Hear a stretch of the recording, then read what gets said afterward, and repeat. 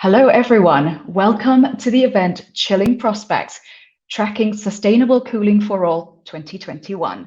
Good morning, good afternoon, or good evening, depending on where you're logging in from. My name is Thinlai Win. I am a food and climate correspondent, and I'll be your host for the next 2 hours of this #ThisIsCool event.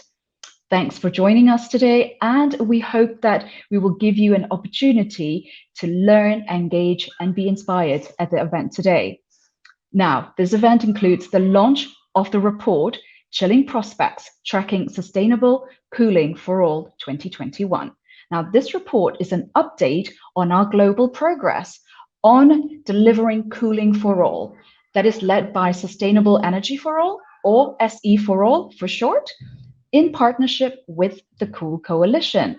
Now, for those of you who don't know us yet, SE for All is an international organization that works in partnership with the United Nations, as well as leaders in government, the private sector, civil society, and philanthropic organizations. And the goal is to accelerate action to help us achieve Sustainable Development Goal 7, the SDG 7, which calls for affordable, reliable, sustainable, and modern energy for all by 2030.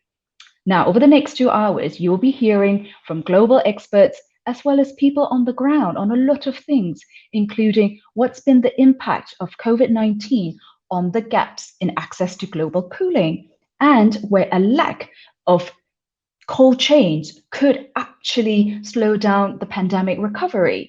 Now, they will also be detailing new cooling solutions that are in action across the globe, deliver new data on national and subnational levels, and share insights on how governments can measure and respond to access to cooling challenges. Now, as you enjoy these talks, we encourage you to share your thoughts online on social media using #ThisIsCool. And of course, you can also join in the conversation on our YouTube chat. Now, before we start, we would like to thank the Kigali Cooling Efficiency Program, as well as the Swiss Agency for Development Cooperation for supporting the Cooling for All program. And of course, all of the SE for All funders, especially the IKEA Foundation and the governments of Iceland and Austria. Now, we have a lot of ground to cover, so let's jump right in. First up, we have a short video called Cooling is Not a Luxury, which is going to touch on some of the things that we'll be discussing today.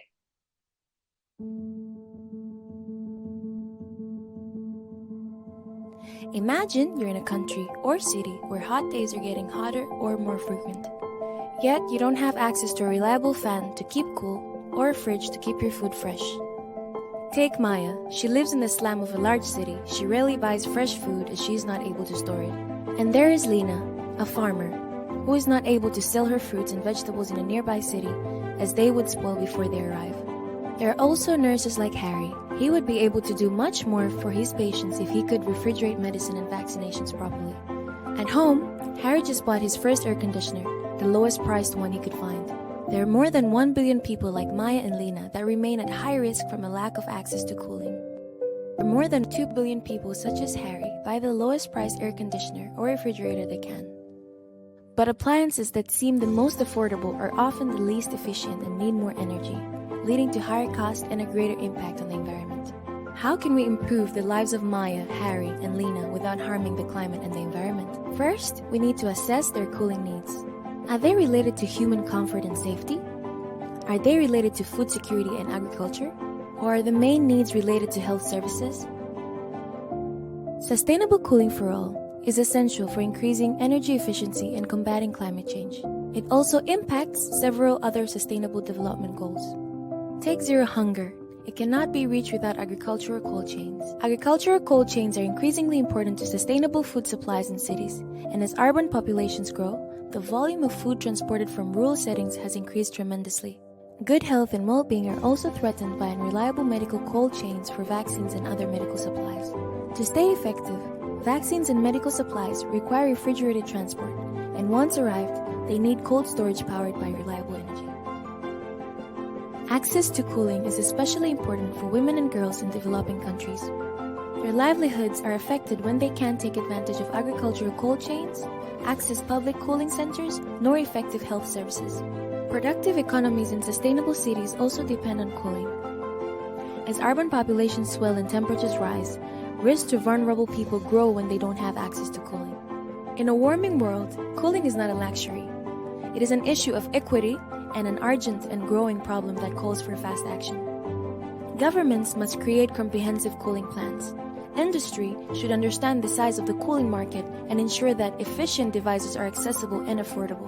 Cities and local authorities should identify priority actions to protect vulnerable populations. Chilling prospects. Tracking sustainable cooling for all shows how assessing cooling needs, taking appropriate action, and achieving the Sustainable Development Goals can be done together.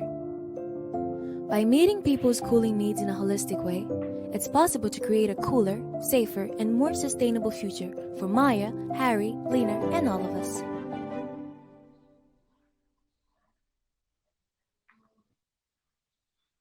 Now, in the developed world, sometimes we tend to take cooling for granted, but as the video shows just now, cooling is just so crucial for so many different aspects of our lives.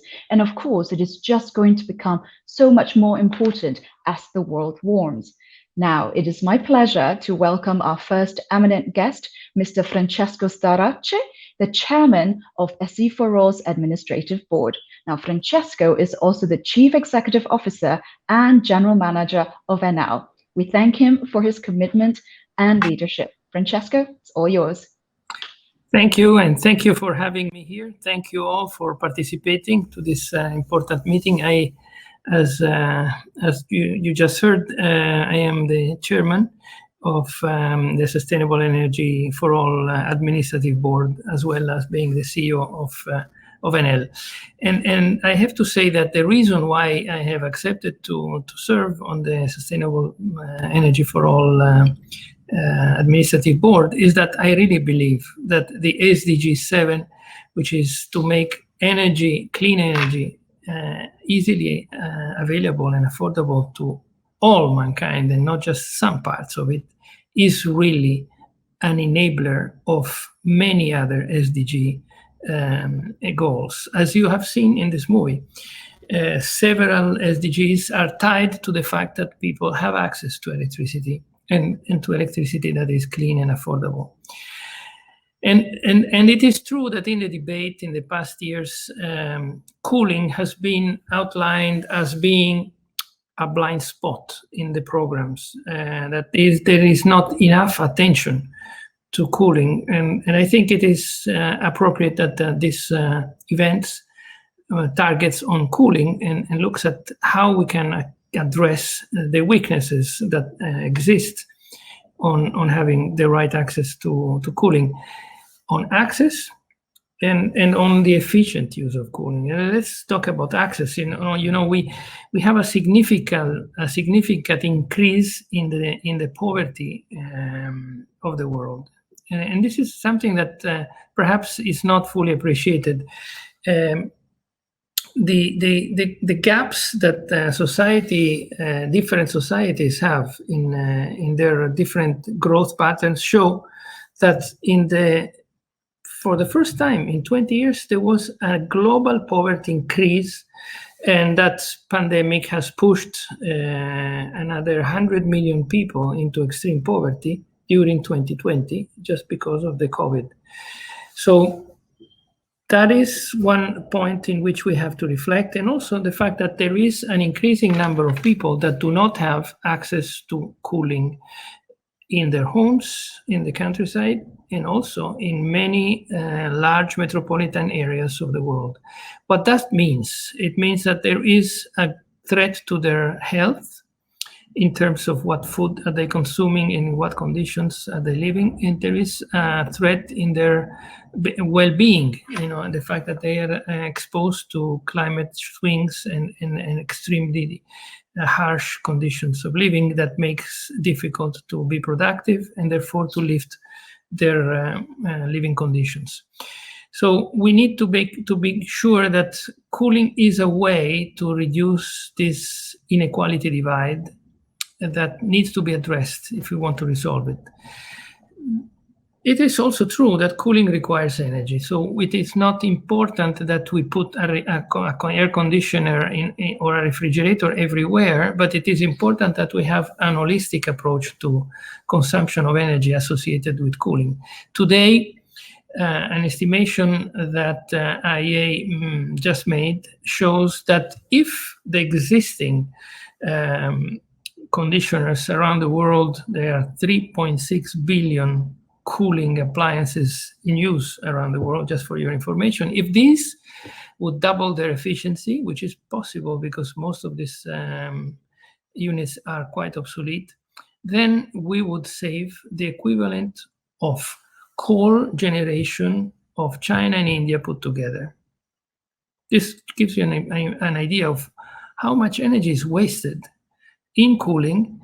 And let me tell you, it's insufficient cooling, as we just said. There's a lot of people that still do not have access to it by the fact that we are not really targeting the efficient use of energy in the cooling systems. So there is an issue of access, but there is also an issue of efficiency in what technology are we using to fight heat around the world. I am not going to belabor the point more, but I just want to also remember that if we want to be efficient and successful in a vaccination campaign that must reach billions of people, not millions, billions. We're talking about a population of 7 billion people, and roughly we would have to vaccinate 5 to 6 billion at least in order to cut this threat from mankind's horizon. Well, that entails a lot of cooling too, because vaccination can be effective if vaccines are maintained and logistics of that requires cooling in a large way.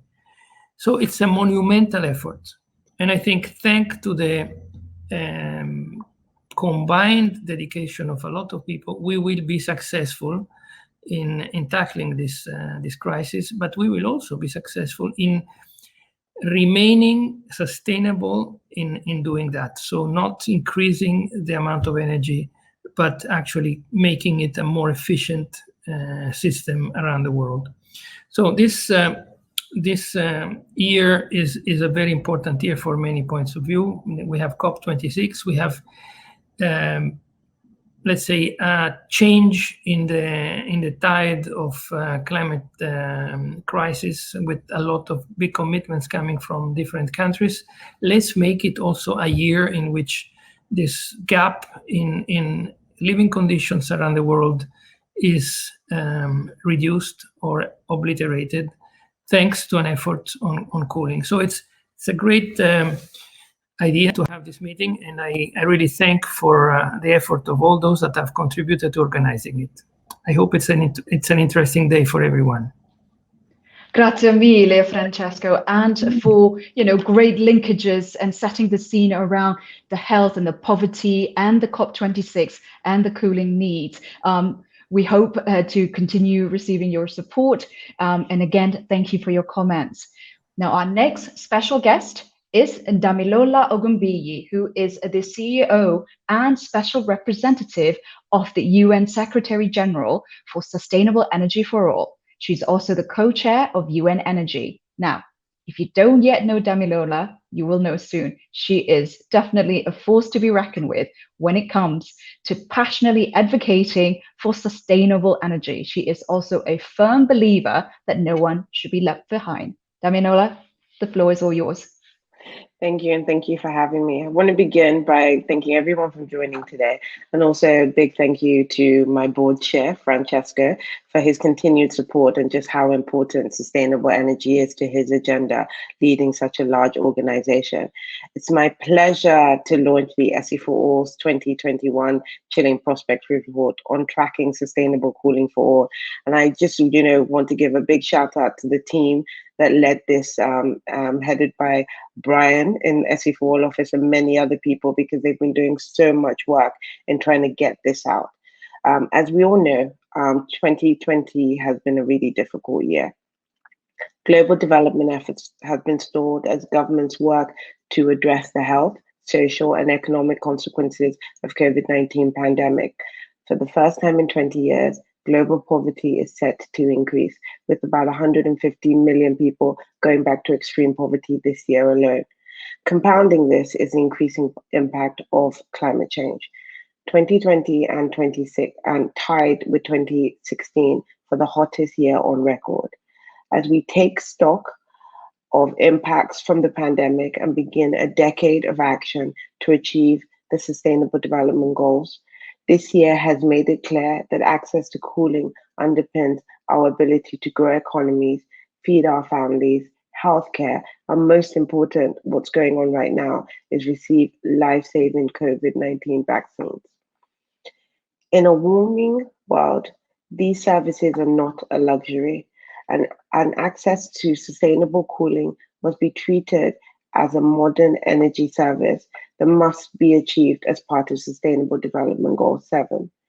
Despite that, risks are growing. Over 1 billion people, like you've seen in the video, are still a high risk of having lack of access to any type of sustainable cooling, or having access to any cooling at all.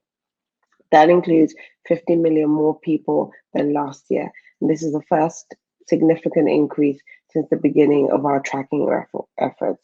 Despite the risks, despite all of this, we are still not on track to achieve SDG 7.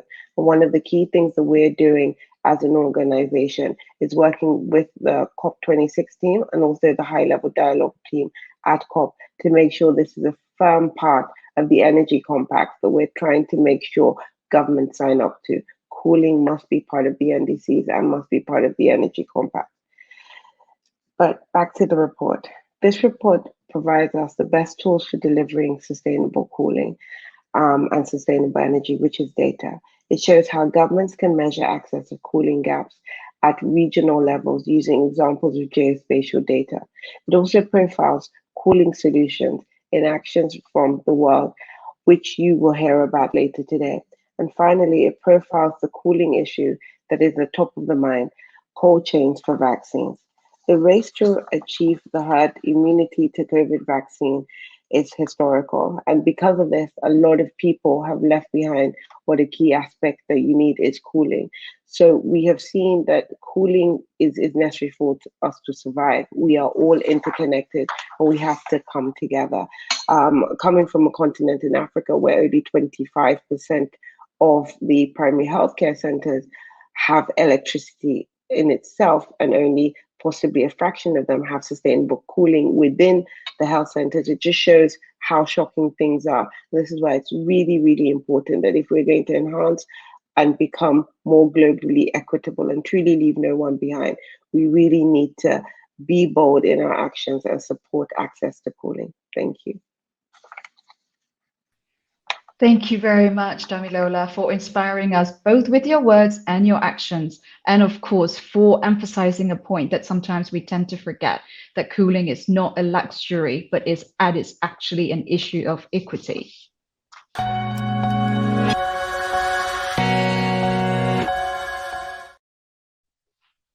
Now, in this segment, we will dive into the report, Chilling Prospects, Tracking Sustainable Cooling for All 2021. Now, just to remind everyone, and if you are tuning into the broadcast for the first time only now, we encourage you to follow along and share your thoughts online and on social media using the hashtag #ThisIsCool. And of course, you can also join in the conversation by asking questions on the YouTube chat channel. Now, our next guest is Brian Dean. He is the head of energy efficiency and cooling in Sustainable for All's Vienna office. Brian, as his designation suggests, he focuses on creating and executing the overall strategy for SE4All's engagement in the space of energy efficiency and cooling. Now, Brian will be sharing the key findings from the report. Brian? Thank you, Finn. And thank you, Francesco and Damilola, for opening the event, and to the moderators and participants that will be joining us today to discuss access to cooling. And a big thanks to those in the background in the SE4All team, particularly the cooling and communications team, who've brought new innovations this year and to really make the data, as Damilola mentioned, but the report and presentation of information more useful and accessible. So with that, let me get right into the slides. And here we are launching the report, and thanks to our funders, of course, for helping us get through to this point. So the report has 4 main chapters. I'll focus my presentation on the highlights from the first 2 chapters, with global tracking of access to cooling, both at the national and subnational level. And the panel that follows will be able to discuss these findings and share their global experiences.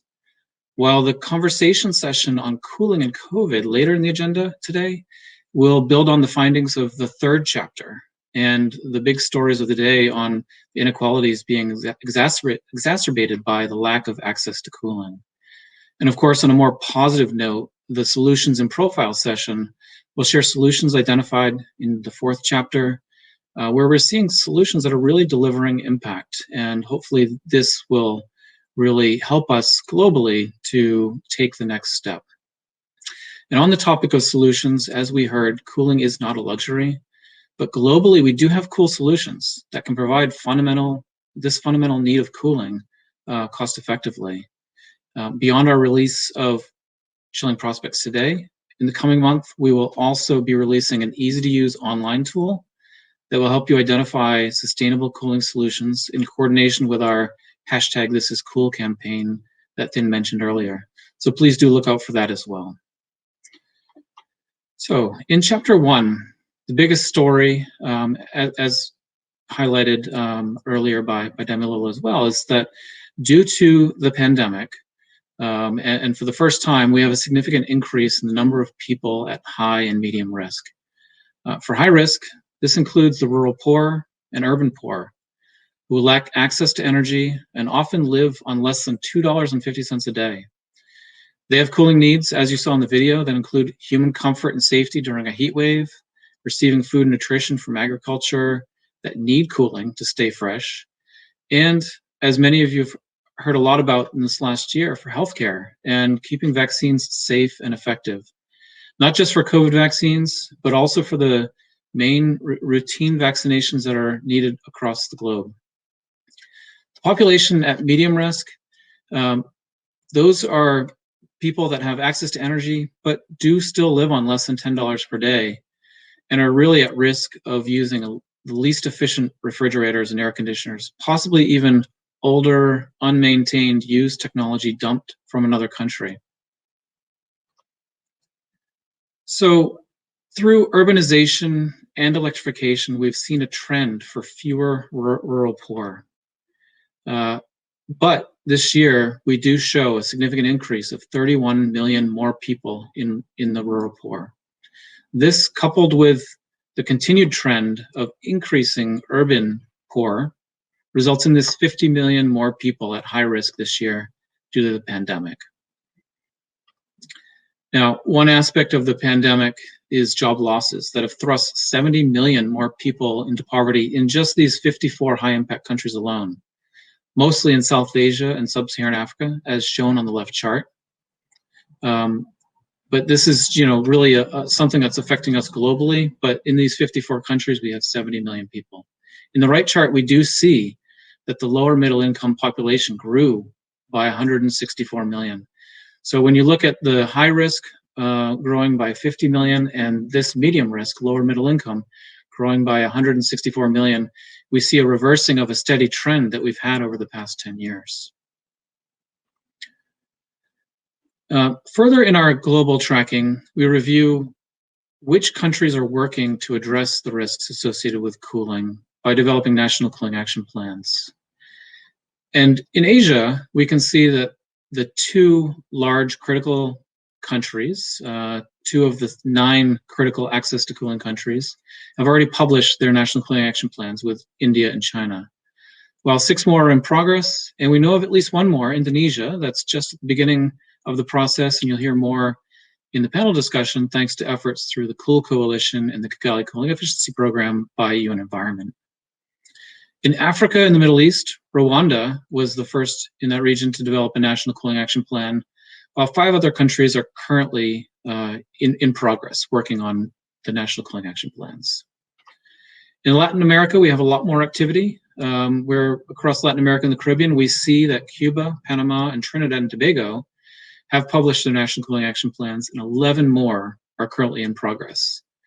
But this map shows progress, but it also shows a lot of gaps, particularly for the 54 high-impact countries to protect vulnerable populations and also to better achieve the Sustainable Development Goals as mentioned in the opening. So one country that is working on a National Cooling Action Plan, as you just saw, but has not been included in our 54 high-impact countries is Mexico. And this year, for the first time, we're using geospatial data to better understand subnational risks, and we include analysis in the report for states in India, Pakistan, and Mexico. For Mexico, it's not a high-impact country for access to cooling, but it does have regions that are facing challenges. Here you see high temperatures and population density for Veracruz and Guerrero. Two states may be known a little bit more for their tourism than their high population, but they're growing regions of Mexico. And while the average income is not as low as many high-risk populations around the world, some zones do have extreme poverty. And that result, it has people at high risk due to lack of access to cooling in Mexico. And with this type of deeper analytics, we've been able to examine an additional 22 countries where you can see Mexico, Nepal, Ethiopia, and Colombia are 4 countries that have the most population at risk outside of the 54 high-impact countries. While most of the risks are population at medium risk, the blue color, there are still significant numbers of rural and urban poor. When we take those 22 additional countries and that 30 million additional people that are at high risk, 6 million in the rural and 25 million in the urban poor, adding these to the high-risk populations in the 54 high-impact countries, we estimate just over 1.1 billion at high risk. So instead of 1.09 in the 54, we go up to about 1.12 billion of high risk globally across the 76 countries. By using this data, we hope to support creating better national cooling action plans and policies that protect the vulnerable, deliver efficient and climate-friendly solutions, and support our goals on achieving sustainable energy for all. So do check out our website for more data, including 10-year trends and stories from the report as well. So a big thanks to the Kigali Cooling Efficiency Program and the Swiss Agency of Development and Cooperation for funding our work and making this possible. And with that, I'll hand it back over to Thien. Thanks very much, Brian. That was illuminating, but also actually quite concerning, seeing the impacts. I do have a quick follow-up question. I mean, what would you say is the one thing that perhaps countries can do right now and relatively easily to sort of improve access to cooling? What would be the recommendation you give? Great. Yeah. Well, given the global push to create jobs and repair the damage caused by the pandemic on our economies, the one thing I would say is investing in sustainable cooling solutions. And these can deliver both local and meaningful jobs like painting cool roofs, planting trees to reduce the urban heat island effect, or services like cooling as a service, or even extending the medical cold chains. This is a particularly important year for that, but doing it with efficient and climate-friendly equipment. So most importantly is really these countries enabling those jobs and using the National Cooling Action Plans or heat action plans to really protect the vulnerable populations that we've identified. So I would say it's all about jobs and using access to cooling as a means of bringing those local meaningful jobs. Great. Thank you for that answer. And also, again, thanks for the presentation, which clearly laid out, the trends in terms of access to cooling and explaining also how the findings could actually support progress on the SDG, which, as we all know, we need to achieve by 2030. Thanks again, Brian. Yeah, thanks, then. My name is Ben Hartley. I'm a principal specialist at Sustainable Energy for All. I've been working at SE for All now for about just over 3 years, mainly focused on energy efficiency and access to cooling. So this is the 4th time I've seen this report launched, And it's a pleasure today to be joined by a number of colleagues that I've known well over the course of my time at SE for All, and that I know can really give us some good insights on how well we've done and what our priorities should be as we move forward. I think it's been said that access to cooling is a development challenge, a climate challenge, and an equity challenge. I think we're going to get a really good perspective on all of those issues here from our great panelists. So it's my pleasure to be here, and maybe I'll introduce them now shortly. So first is Jessica Brown, who is the Program Director of the Kigali Cooling Efficiency Program based in California. Hi, Jess. Hey there, Ben. Hey, next we have Toby Peters, who's a Professor of Cold Economy at the University of Birmingham based in the United Kingdom. Hi, Ben. Hey, Toby. Next, we have Sneha Sakar, who is a consultant for the Rocky Mountain Institute, also based in California. And finally, Lily Riahi, who is the coordinator of the Cool Coalition based in Bangkok. Hi to all, and thank you for joining us at possibly odd hours for each of you. So we've heard in the presentation of the global findings, and I know each of you has a lot of experience in different areas working on cooling and knowledge of how we can sort of accelerate progress, which we'll get into shortly. But first, I just wanted to ask for a very quick introduction. So perhaps in about a minute, you could tell us about your work and how it supports the goals of Cooling for All. And we'll start with Jess, please. Thank you. Thanks so much, Ben, and congratulations to you and the team on another great report, and perhaps the most chilling of all four that you've produced. Really looking forward to reading in more depth in the coming days.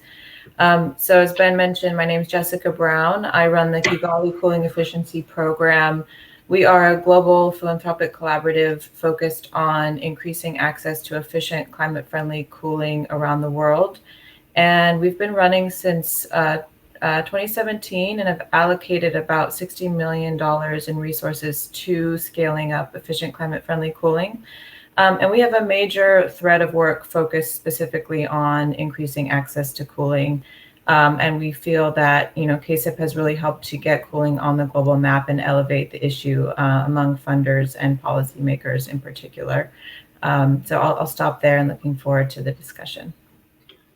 Thanks. It's probably an understatement to say that KCEP has catalyzed. They've done catalyzed work on this. You've done a lot more, and the impacts have been felt very widely. Maybe next we'll go to Toby, please. Thank you, Ben, and also well done on the report. I'm looking forward to dive into it. So during the past year, I've gone back to sort of research, and we've built a portfolio of projects with UK government funding and partnerships across cold chain and bottom-up needs-driven systems approaches. This includes the design for mass-scale COVID-19 vaccination, the new Africa Centre of Excellence for Sustainable Cooling and Cold Chain to support least served communities and reduce food loss and access to cooling, which I think you'll be hearing about later, and also a whole system farm to customer fridge approach to deliver a clear pathway to achieve the UK's net zero 2050 target while maintaining food security and access for business and economic opportunities. Obviously, we've got some more projects to be announced, and these projects, given the global nature of cold chain, really do work closely together. I think this is the largest clean cold chain research program globally. Back to you. Great, thanks, Toby, and you certainly contributed pretty significantly to the body of research on this as well. Maybe next I can go to Sneha, please, and tell us a little bit about your work. Hello, everyone. I'm a consultant with the Rocky Mountain Institute, or RMI. RMI is an independent nonprofit organization that transforms global energy systems through market-driven solutions to align with a 1.5 degrees future. We've been working in the cooling space for around 4 years now, starting with the Global Cooling Prize that was launched in 2018, with the objective of finding a cooling solution with 5 times lower climate impact than today's prevalent technologies. And you'll hear more about the prize later in a video from Ian Campbell. In 2020, we completed the Primer for Sustainable Space Cooling with the World Bank SMAP group. And currently, we are undertaking a guide on sustainable urban cooling, which is a Cool Coalition-supported initiative. So while our Global Cooling Prize work focuses on breakthrough cooling technologies, both the primer and the guide reflect a broader whole system approach that is foundational to RMI's philosophy to addressing the cooling challenge. Looking forward to the discussion. Back to you, Brian. Thanks so much. Yeah, and stay tuned for a video from RMI on the winners of the Global Cooling Prize. So maybe I can go to Lily in Bangkok, please.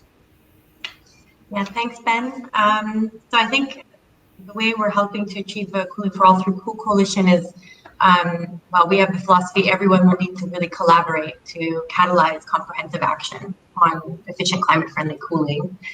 And that this action really must support measures that reduce the need for mechanical cooling, such as green roofs and natural shading, and some of the things Brian was mentioning.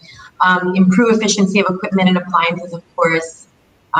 Shift to low GWP refrigerants and shift to greater use of renewables, while of course ensuring that we protect the most vulnerable from lack of access, which we heard from Damilola earlier today. And that is really the raison d'etre, I guess, of the work that we do as the Cool Coalition, which is a joint effort of over 100 governments, cities, civil society groups, industry development organizations. These stakeholders together have joined forces to collaborate on advocacy, knowledge exchange, and joint action. And collectively, we are supporting countries and industry to really tackle growing cooling demand in an efficient and climate-friendly manner that can also contribute to the Paris Agreement goals, Kigali Amendment, and the SDGs. So that's a little bit about what Cool Coalition is doing. Thanks. Great. Thanks so much, Lily. Yeah, we can do more together, and the Cool Coalition is proving that. So now let's jump into the heart of the discussion, and I'll start again with Jessica, if that's okay. You've spent the last 2.5 years helping to lead the Kigali Cooling Efficiency Program and have a really, really good perspective on what has worked and what hasn't worked in terms of moving the cooling agenda. I think you've certainly made progress in terms of elevating access to cooling and cooling as a climate issue, but have we succeeded in equally elevating cooling as a development issue? And then maybe you can tell us a little bit about what KSEP's contribution to this elevating cooling as a development priority has been, and where you think our priorities should be in the next few years. Yeah, really great questions, Ben. First, I'll start by saying it's part of KSEP's mission, and it's actually embedded in our results framework that we have to elevate access to cooling as a development priority. So it's something that we are really focused on and actually trying to measure over time. So the work that you all are doing as part of SE for All is really critical for our success as well. And secondly, I guess I would say that I wouldn't necessarily make a distinction between elevating cooling as a climate priority from elevating cooling as a development priority. From my perspective, these can really go hand in hand. For example, when we use official development assistance for climate purposes, this can both be furthering development aims, but specifically with climate mitigation and or adaptation in mind as well. So from my perspective, I think climate goals and development goals can really go hand in hand.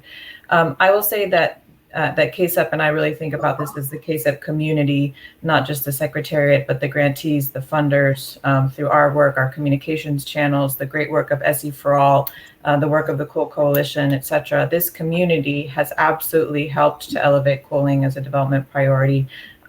We are seeing concentrated and specific funding being allocated for cooling from bilateral ODA budgets for the first time. There's a lot of funders coming out very strong to support cooling. There are a number of specific initiatives for that. The World Bank has dedicated cooling work. The Green Climate Fund has begun to focus on cooling. Even the IFC is focusing on cooling through their Tech Emerge program. And I would say none of this has existed a few years ago. So that's a really important sign.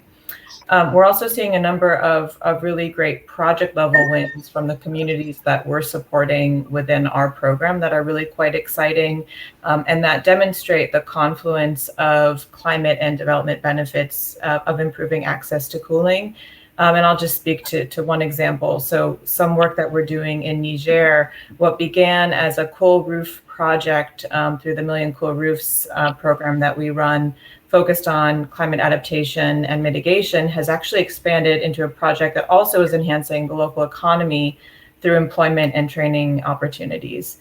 So these types of sort of community level project wins are happening across the program that we're working on.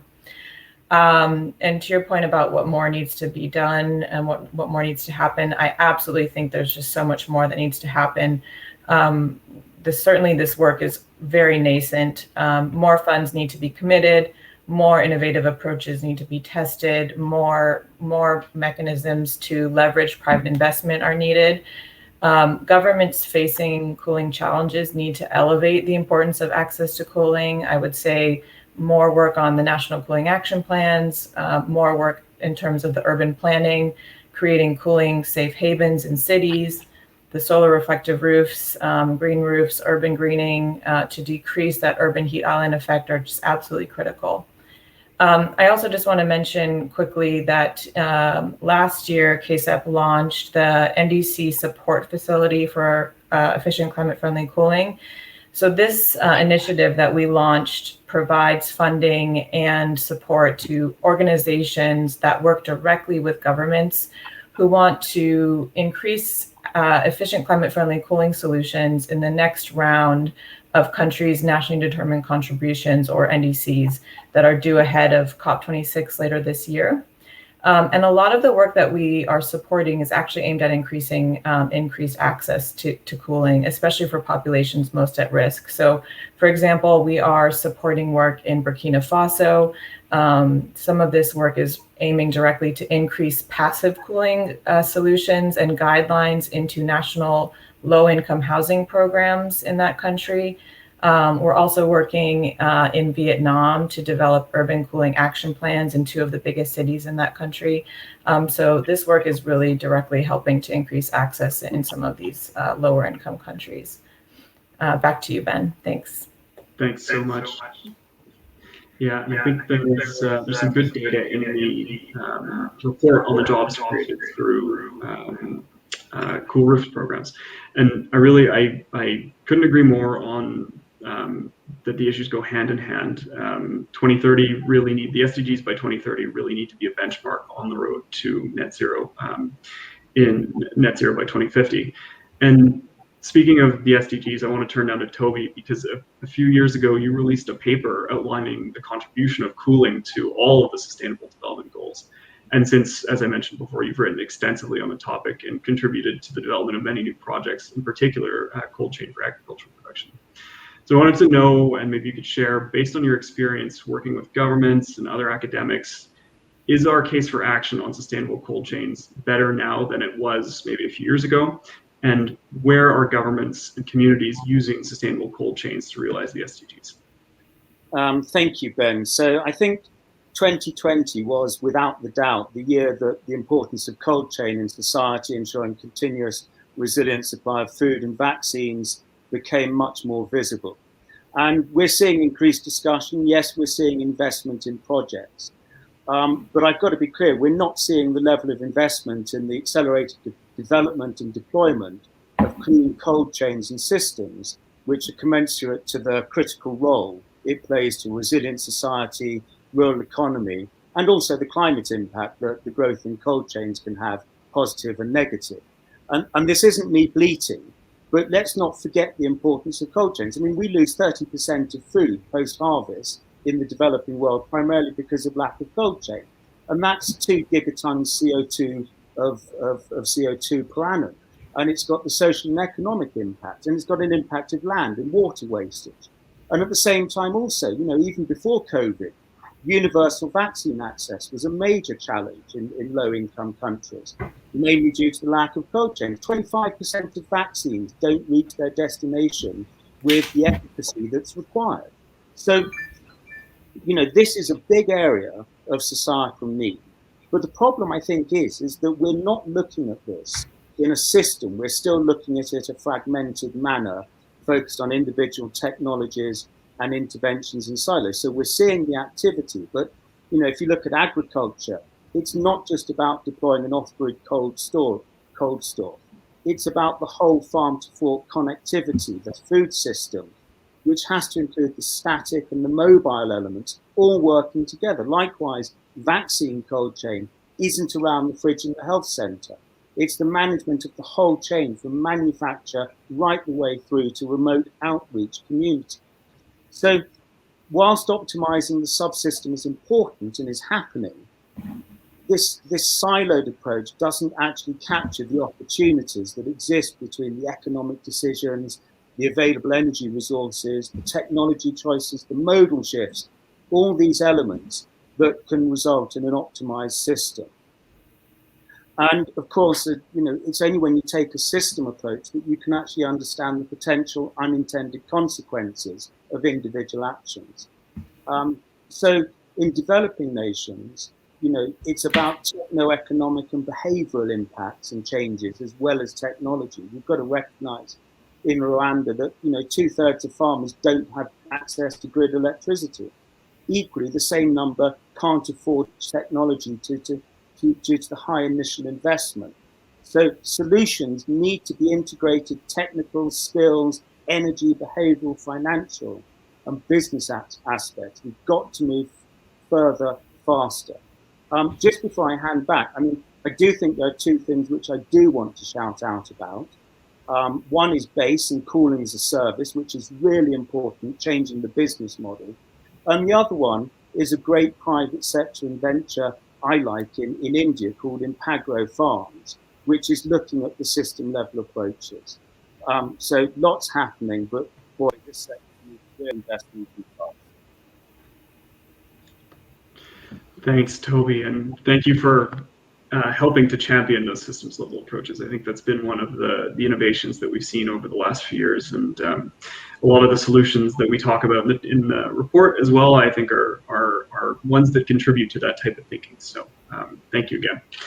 I'd like to turn now to Sneha and talk a little bit about RMI. RMI has led the charge on efficient, affordable appliances for space cooling, which is a key part of this, of delivering sustainable access to cooling through the Global Cooling Prize and a recent World Bank primer on space cooling, which you mentioned off the top.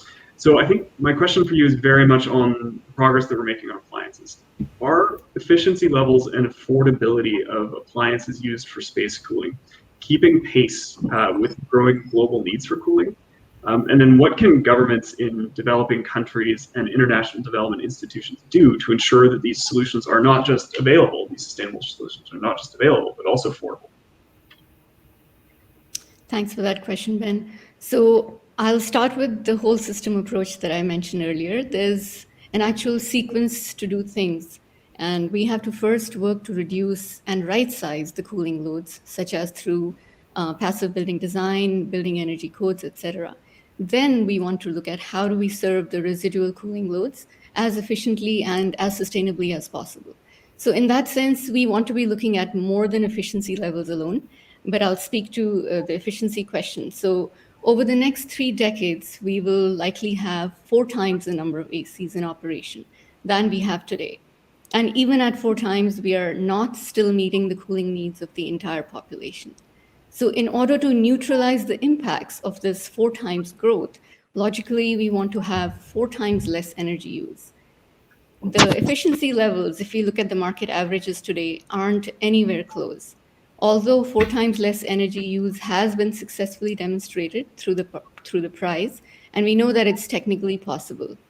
In fact, even with today's best available cooling technologies, if those became the norm, we could be using less than half the electricity we use today for air conditioning. So case in point that the opportunity cost of today's cooling practices is really high. On the question of affordability, so affordability really needs to be looked at in terms of life cycle costs and not the first cost basis that is prevalent today. To use an example, the 2 winning technologies in the prize cost just over 2 times the cost of today's baseline unit, but these operate at less than half the life cycle cost of the baseline unit, and the simple payback is around 3 years. So the focus really needs to shift to the life cycle cost. And this is where I feel the International Development Institution can play a very important role by enabling programs and financing solutions that can allow customers to overcome that first cost barrier and benefit from the dramatically lower life cycle costs. On the role of governments, I think enabling policies would be key here.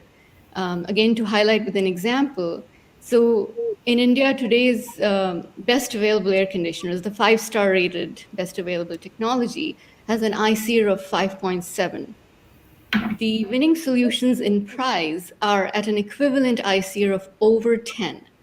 But using today's rating systems, the efficiency level of a technology that uses 4 times less electricity is going to reside in the same performance bucket as that of a unit that uses 2 times less electricity.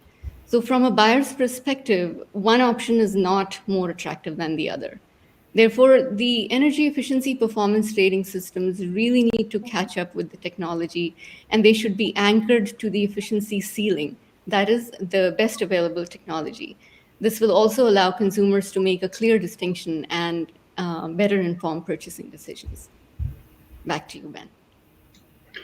Thanks very much. Yeah, and it was really interesting to see the efficiency levels that had been achieved in the winners of the prize. And we were thrilled when we saw the prize come out on the stipulation for the affordability piece, which is really important. And solutions that you mentioned about life cycle costs and what Toby mentioned about cooling as a service are things that we need to sort of integrate into our approach a little bit better. And really appreciate your insights. I'll turn now to Lily, if that's okay, who is the coordinator of the Cool Coalition, who has also over the last few years shepherded a number of quite important cooling initiatives, including the Cool Coalition itself as an outcome of the 2019 climate summit that was convened by the Secretary General.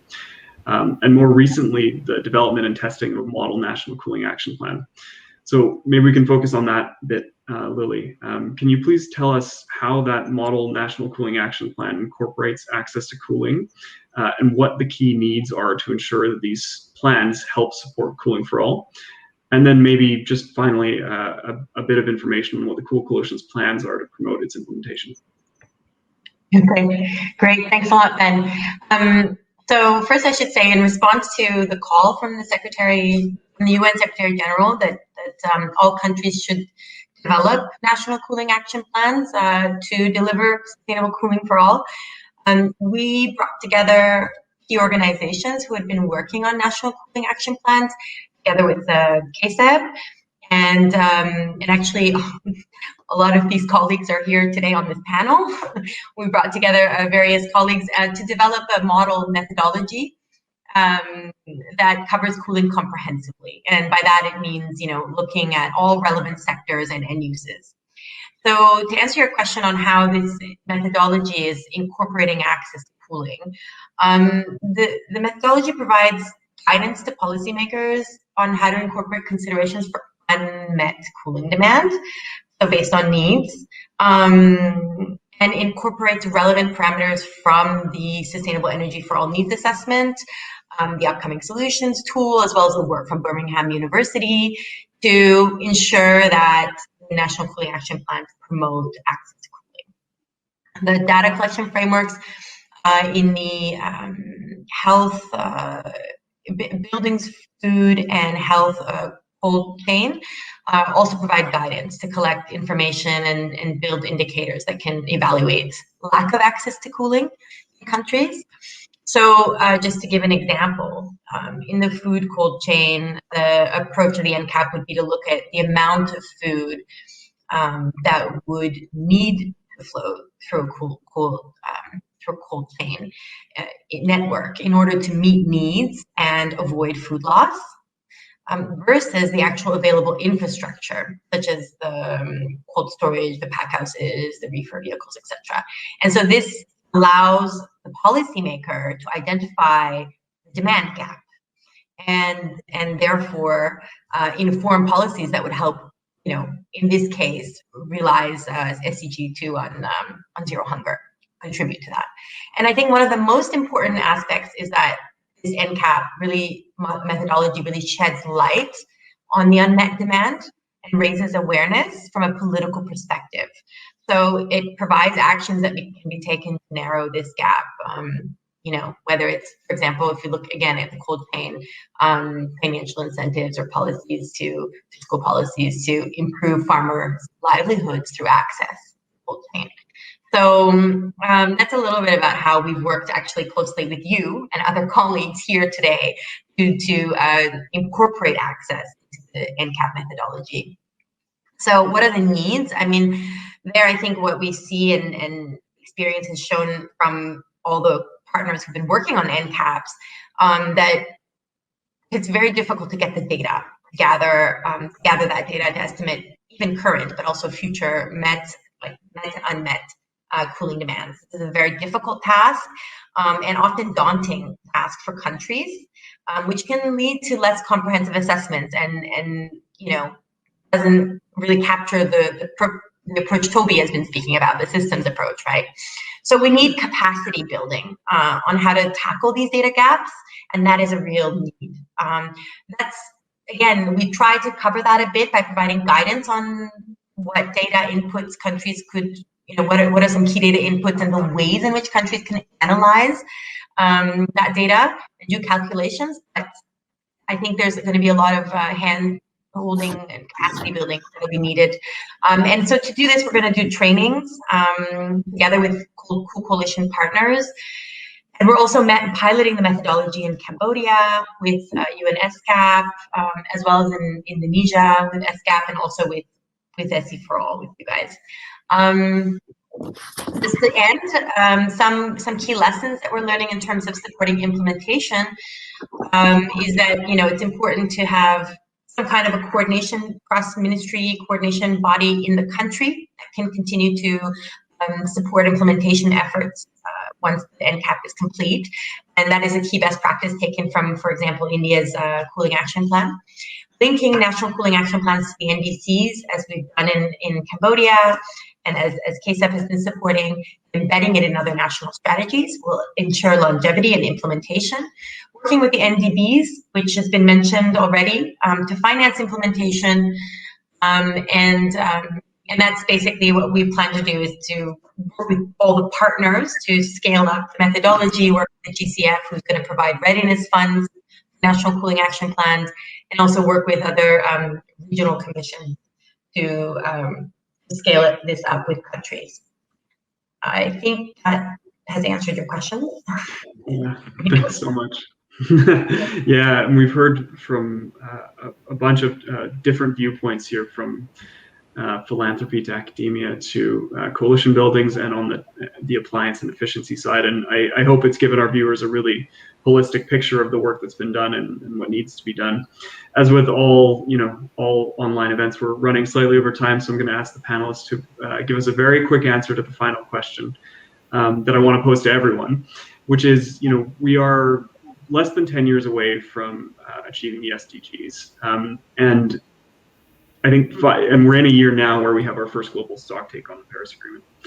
5 years from now, we'll be in a similar position. We'll have less time to achieve the SDGs, and we'll be going through the next stock take called for by the Paris Agreement. So I want to ask, in 5 years' time, if you're in the future looking back, what is the most important innovation, or what do you hope to see achieved in 5 years' time that would make the biggest contribution to sustainable cooling for all? And maybe just a quick 30 seconds on each, and I'll start with Jess, if that's okay. Thanks, Ben. It's actually not an innovation, but going back to one of the original solutions from Mother Nature, passive cooling and nature-based solutions like tree planting, specifically in urban areas. I think folks forget that trees are nature's air conditioners, and we should do a massive tree planting effort around the world. Thanks. Thanks. Maybe we can go to Toby. Thank you. I mean, there's many things we can do. I just want to sort of raise the flag for one point, which for me is always so important. We've got to build skills and capacity. We talk about technology. We need the people to install it and maintain it. So, I want to see by 5 years' time that we've got the skills and capacity and the programs in place to support the technology deployment. Certainly an underappreciated issue. Thanks. Sneha? So in 5 years, what we'd love to see is that the manufacturers have brought the 5 times less climate impact solution to the market, that the testing standards have been updated to capture the real life savings through these super efficient technologies, and that rating systems reflect the efficiency ceiling, such that these super efficient technologies stand alone in the top tier rating system of countries' performance ladders. And they are pulling up the efficiency floor higher across the board. So all of these in combination with the transition to low GWP refrigerants, I think these indicators would be a great sign of progress in the right direction. Thanks so much. Looking forward to seeing those in the grow in the market size. Lily. So I said it at the beginning, I'll say it again. I think collaboration. So as highlighted by UNEP and IEA Cooling Synthesis Report, coordinated international action on efficient climate-friendly cooling could avoid 460 billion tons of greenhouse gas emissions. That's 8 years of global emissions over the next 4 decades. So for that to happen, we need more collaborative action. We need to leverage the power of the collective through initiatives like SE4All, like Co-Coalition and others, the people in the planet. So hope I can end with collaboration. That's great. Yeah, no, it's absolutely necessary, and we can do all that while supporting the achievement of sustainable development goals over the next less than 10 years. So I just want to conclude by thanking our panel. Had the chance to work with each of you extensively over the last few years, and we really appreciate you joining at early or late times to share your insights with us and to give us your thoughts on the path forward. It's really very much appreciated, and we appreciate the work that you're doing on cooling and hope to continue collaborating in the future. Thank you very much. And with that, thanks, Ben. Thank you. Thanks. With that, thank you very much, Ben, Thanks, Ben, for taking over at such a short notice and for doing such a great job. Of course, Ben is the Energy Efficiency Specialist at SE4All, and I would also like to again thank all of the experts on this panel today for their insights and emphasizing the need to deliver sustainable energy, sustainable cooling for all as a development and climate priority, because if we are to achieve our climate change objectives, cooling will definitely have to be a key part of that.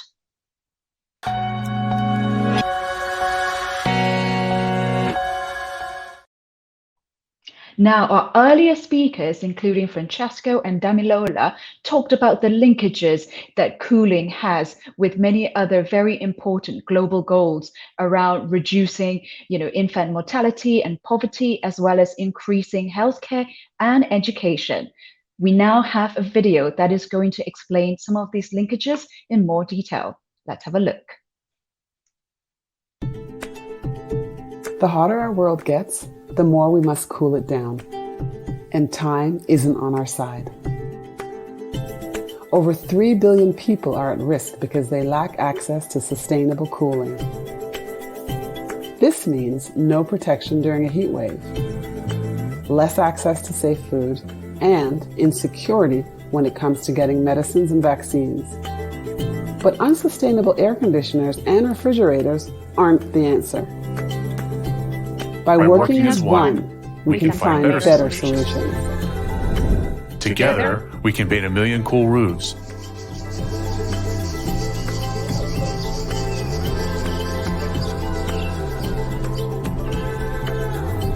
Fill our cities with cooling trees.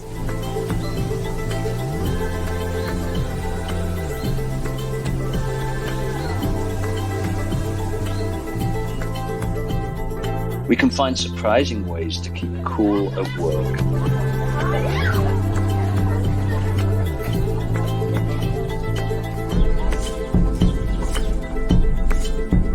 And make learning a breeze.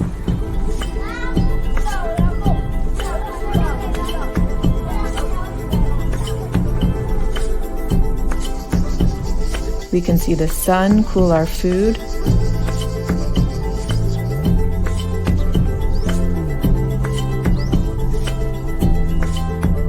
And save our medicines from wasting.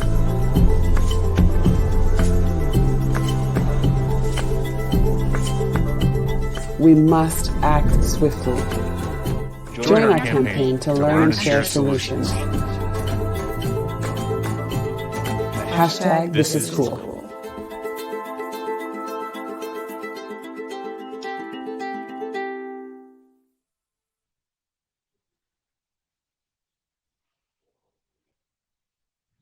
As we saw in that video, a lack of cooling can have negative consequences for billions of people around the world in terms of access to food, health, and education.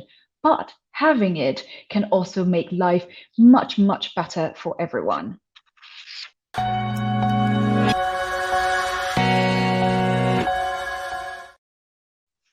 Now, this next portion of the program is all about cooling solutions that are in action.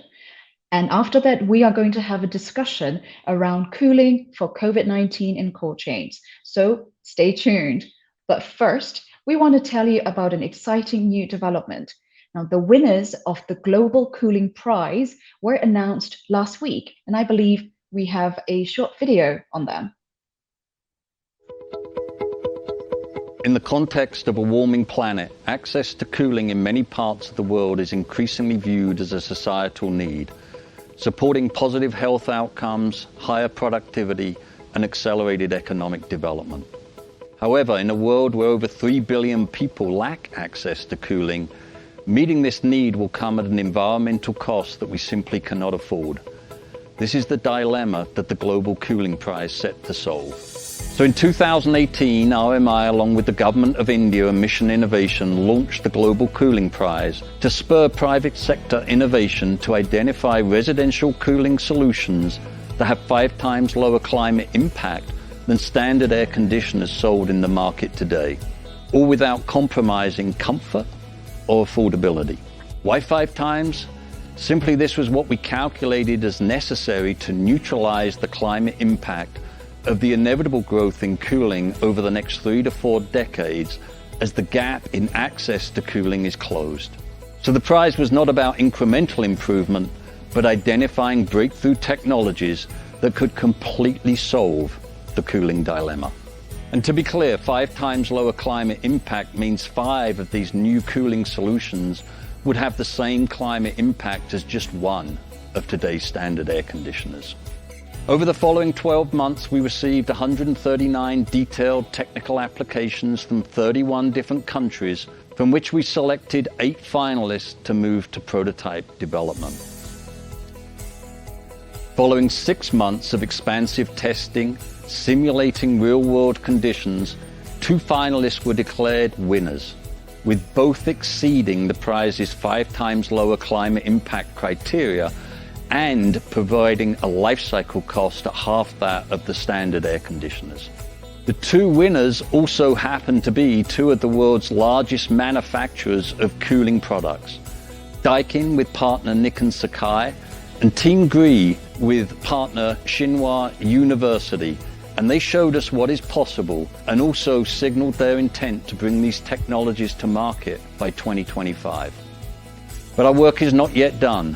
Through this process, we have learned that the standards we use to assess efficiency that were developed in the global north do not work so well in the global south, with 1/3 of the performance improvements of the winning units were not able to be captured under the ISO SEER testing protocols. These relate to efficiency in dealing with latent loads or humidity, and units typically operating at much lower aggregate capacity levels than those measured and extrapolated under SEER protocols. This has to be addressed. We also need to fuel a race to the top with policymakers, where we look to develop performance ladders with reference to the ceiling of performance, as opposed to the worst available technology or the floor of performance, as is undertaken today. And of course, we now know how high the ceiling of performance actually is. In short, innovators and industry have done what we asked them to do. We now need policymakers to act in this, the decisive decade.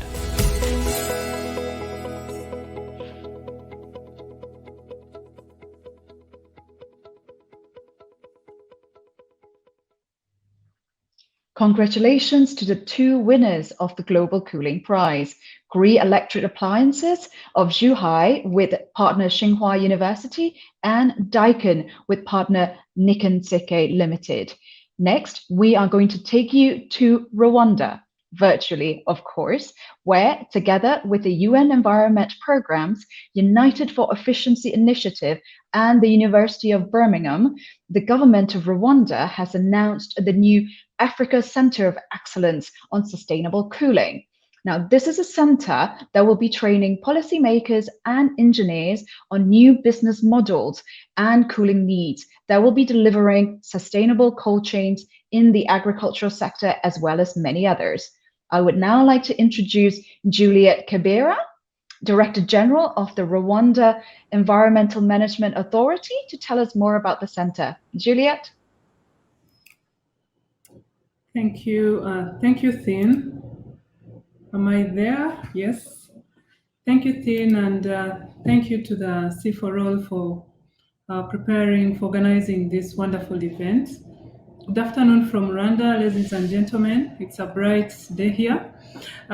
It's my pleasure to join you today to discuss the progress of the Africa Center of Excellence for Sustainable Cooling and Cold Chain, which was launched in 2020 by governments of Rwanda and the United Kingdom, UNEP, as you earlier mentioned, specifically, and working with Efficiency United for Efficiency, United for Efficiency, the Center of Sustainable Cooling, and academics in both countries, Rwanda and UK. The center is hosted by the University of Rwanda. The center will develop and deploy sustainable cooling and cold chain solutions, which are central to Kigali Amendment and to the Montreal Protocol and the Paris Agreement, as well as the Sustainable Development Goals. In Africa, up to 50% of food we produce is lost between the farm and the marketplace, which is disastrous for farmers' income, but it is also bad for malnutrition. It contributes to malnutrition and environmental degradation. The center, therefore, will focus on pursuing integrated technology solutions together with business models fit for local conditions. Solutions developed at the center headquarters in Kigali will be deployed at what we call the living laboratories in rural communities throughout Africa. Technical assistance will be provided to transfer knowledge and catalyze new agribusiness and trade opportunities. We shall also build skilled capacity for installation, maintenance, and service provision of new technologies. We've established a steering committee with senior representatives from Rwanda, the UK, UNEP, African Union, and the East African Community Secretariat. A National Technical Advisory Committee and Academic Research and Learning Committee will guide technical and programmatic aspects of the center. We successfully completed an initial phase with a foundational UK government grant in kind support by core partners, including the market assessment and establishment of the governance structure. We are transitioning to the detailed design of the center, hiring key staff, and procuring the first equipment for research and development, thanks to over $3 million USD, in addition to funding from the UK, as well as the land and infrastructure and facilities of the entire campus located in the University of Rwanda for the center. We are also pursuing funding to develop the first living laboratories. I close by calling upon interested experts and industry to collaborate with the center as we seek to develop the best cooling and cold chain solutions, which are critical to underpinning a prosperous, healthy, integrated, and climate-friendly Africa. Thank you so much, Finn. Thank you very much, Juliette, on telling us about the progress of the center. And one thing that you said that struck me was the fact that up to 50% of food being wasted, from farm to marketplace. And I hope that centers like yours can really help reduce that. And of course, bring in a lot more prosperity towards not just Rwanda, but other parts of Africa as well. We are going to stay in the same continent, but we're going to move a little bit further south to South Africa. Now, there, the South African National Energy Development Institute has been working on implementing cool roofs in partnership with the Million Cool Roofs Challenge. I would now like to introduce Denise Londo, a Cool Surfaces Project Officer. What a cool job title at Sanity, to walk us through the impact of the project. Denise? Good evening. I don't know what time it is the rest of the world. It's early evening here. How are you doing? Well, South Africa, we're in a bit of a particular situation where we are hugely dependent on coal to fuel our economy. Without our coal-fired stations, we collapse. And as you know, coal is contributing a terrible amount of pollution and greenhouse gases. So we need a way in which we can continue using coal because we don't have many alternatives at the moment, to give us time to source other alternatives, and in the meanwhile still keep our temperatures low to try and avoid the ultimate tilting over of climate change into that unacceptable further heating of 2 degrees Celsius, well, 1.5 now. So we have embarked on an attempt to try and roll out cool surfaces, cool roofs we started with. We moved on to cool walls because many of our really poor use metal structures to build their homes. These temporary dwellings have metal walls and roof. So as you can imagine, it's like an oven during our summers. So there are several things that we're trying to do. We'd like to stimulate the economy, right? By manufacturing cool surfaces, cool coatings, we're going to cover in our next 5 years. We're looking at covering the roofs, walls as applied, as required. The next thing we're looking at is roads and pavings. So this would be our parking lots, this would be our main roads, our provincial roads, and so on. Coating those to cool them down because of the blacktop roads are really attractive to heat, and it retains them and accumulates to build up more. And so we're looking at, to stimulate these, we need the industries to be based in South Africa. So far, we've managed to open or assist and promote and help to open 3 new manufacturing plants, 2 new factories, 15 new distributors, and in this way people are assisted. Well, this includes the jobs, which I'll get to in a minute. We're also looking primarily to improve the standard of living. So we run energy efficiency campaigns across the country. Wherever we are doing a project, we try to create the demand for passive energy cooling so that there's no generated energy, no waste being put into the atmosphere in an attempt to bring down temperatures. So so far we've covered 861 people have sat through and passed our little tests on the lectures that we give in general awareness in passive energy cooling and energy efficiency. Certified skills development, we take local unemployed persons of sound mind and body, and we train them to give them a certification that enables them to enter the job market. And this is super important because yes, it's very difficult for people to acquire skills without any money for the training. So we offer that free of charge to them, and these people work on their own homes in their own communities. So far, graduates, we have done trainings across a range of a scope. So we do the basic application of cool surfaces, how to paint on the cool coating, and depending on the application. So far, we're focusing only on the coating, which is only the paint. And we do things like lab technicians, how to use laboratory equipment and so on and so forth.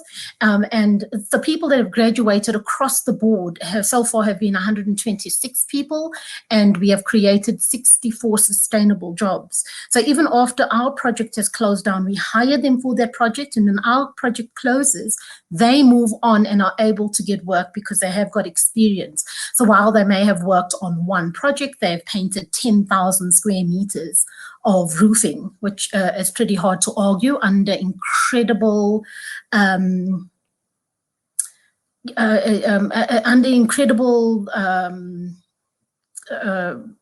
forgot what I wanted to say, excuse me. So the buildings we've coated so far 1,282 buildings. Now that is, these include schools, clinics, houses, municipal and military installations, and those are just the number of buildings. Some of the buildings are exceptionally large, and some of them are quite small, like 50 square meters. But the area coated, the area that we are doing, is 779,605 square meters. That's an awful lot.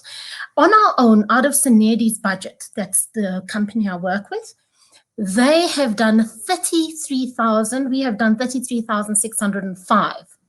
And that was funded from our National Treasury. However, due to the grant given to us by the 1 Million Cool Roof Challenge, which was assisted by Kigali, we are doing 746,000 square meters further. So they've enabled this further application across the board. And demonstration, I mean, we are a research company, so we're supposed to just do the lab testing or the field testing, etc. But in order to get this entire sustainability thing off the ground, we needed to make sure that from A to Z in the value chain that we have filled in all the necessary gaps so that it can actually be sustainable.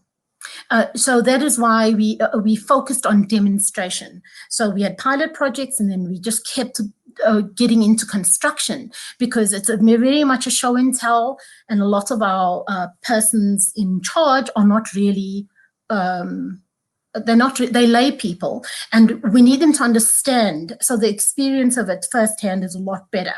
So we have, so with that help, we are able to push forward, and we're looking forward to doing a study on cool surfaces in conjunction with insulation, which is very important to help put our insulation partners to soften their concerns around this and see that that actually works well together. And further than that, we were looking at doing roads over and above that.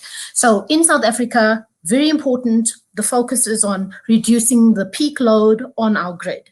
The second thing that is super important is that we are lowering the temperature of cities, which means that we need to do a large-scale installations. So the large scale, we want to cover the cities, and because we have a huge population of really underprivileged persons who don't have access to housing, and this number is growing all the time.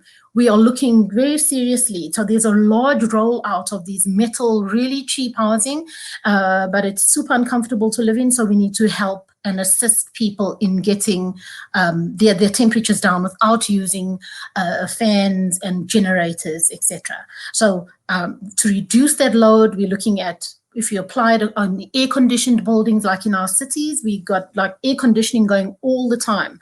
So that's HVAC systems throughout the day. And we can reduce the size of that, and we can reduce the number in use, and we can reduce the temperature in un-air-conditioned homes. So 20% of our electricity can be saved and not used and not polluting and not draining our very fragile electrical grid. So that's super important. And basically, that's where South Africa is. We're really just rolling this out, and we really, the focus is on this passive cooling because we really, really need it, because we have summer is 11 months, 3 weeks, and 2 days, and the other. Sorry to cut you off, Denise. We're just running a little bit short of time. Thank you so much for your time, and what an amazing and impressive results that you've already seen in such a in this period. And I particularly like the skills training and the capacity building part. Again, sorry to have to cut you off, but we have a few other speakers. So thank you so much for your time. Thank you. Thank you. We're now going to a different continent, Latin America, or more specifically Medellin in Colombia, where there are two innovative approaches that are showing the impact on both businesses and people. Now, first, let's learn a bit more about how cooling as a service has helped to reduce the energy needs for cooling and emissions through its innovative business model. And we have a video about that. Q Office, a commercial building in Medellin, Colombia, was built to deliver a high-quality building for its occupants with the best comfort standards, while optimizing capital expenditures for Q Group as the construction company. The building has engaged in a cooling-as-a-service contract, through which it pays for the cooling it receives on a pay-per-use basis, rather than investing in and operating the equipment. MGM Innova Group, hand-in-hand with Aire Verde Ingeniería, designed a solution with a high-efficiency centralized air conditioning system, including valves to measure the amount of cool delivered to each of the 100 offices. The investment was fully carried out by MGM Innova Group and Aire Verde, and a monthly payment is billed to every office on a cooling-as-a-service model. MGM Innova Energy Services es una de las compañías del grupo MGM Innova y nosotros nos dedicamos a estructurar inversiones en proyectos de eficiencia energética en Latinoamérica. Cooling as a Service es una nueva manera de prestar el servicio de aire acondicionado. Cooling as a Service lo que pretende es que las personas paguen por el servicio de aire acondicionado en lugar de comprar equipos. Es un servicio de alta eficiencia que incluye todo lo que está relacionado con la gestión de los equipos y del sistema de aire acondicionado. Incluye el mantenimiento preventivo y correctivo, el consumo de energía si es necesario y se garantiza que el servicio es de muy alta eficiencia. Por el clima de Medellín y las condiciones del edificio donde no íbamos a tener una ventanería puntual y necesitábamos el confort y que las personas se sintieran muy cómodas trabajando, necesitábamos garantizar un sistema de aire acondicionado que cumpliera todos esos objetivos. Cooling as a service is very beneficial to all parties involved for multiple reasons. The model allows both the client and the final users to enjoy a high-quality air conditioning system with reduced impact on the environment, while focusing on their core businesses instead of worrying about the operation and maintenance of equipment, and avoiding capital expenditures. Cooling as a Service es un incentivo para que los inversionistas inviertan en tecnologías eficientes porque al ser un riesgo del inversionista la eficiencia del sistema y la prestación del servicio, entonces se eligen los mejores sistemas que hay en el mercado. Normalmente un usuario cuando compra un sistema de aire acondicionado lo que hace es invertir en una tecnología que no es la más eficiente pero que se ajusta a sus costos de inversión. En este caso se invierte en la mejor tecnología para que el costo del servicio sea tan competitivo como sea posible. Now, I hope you were paying attention to that video, because if you were, you would see from those beautiful aerial shots how much of the surrounding area in Medellin actually has tree cover.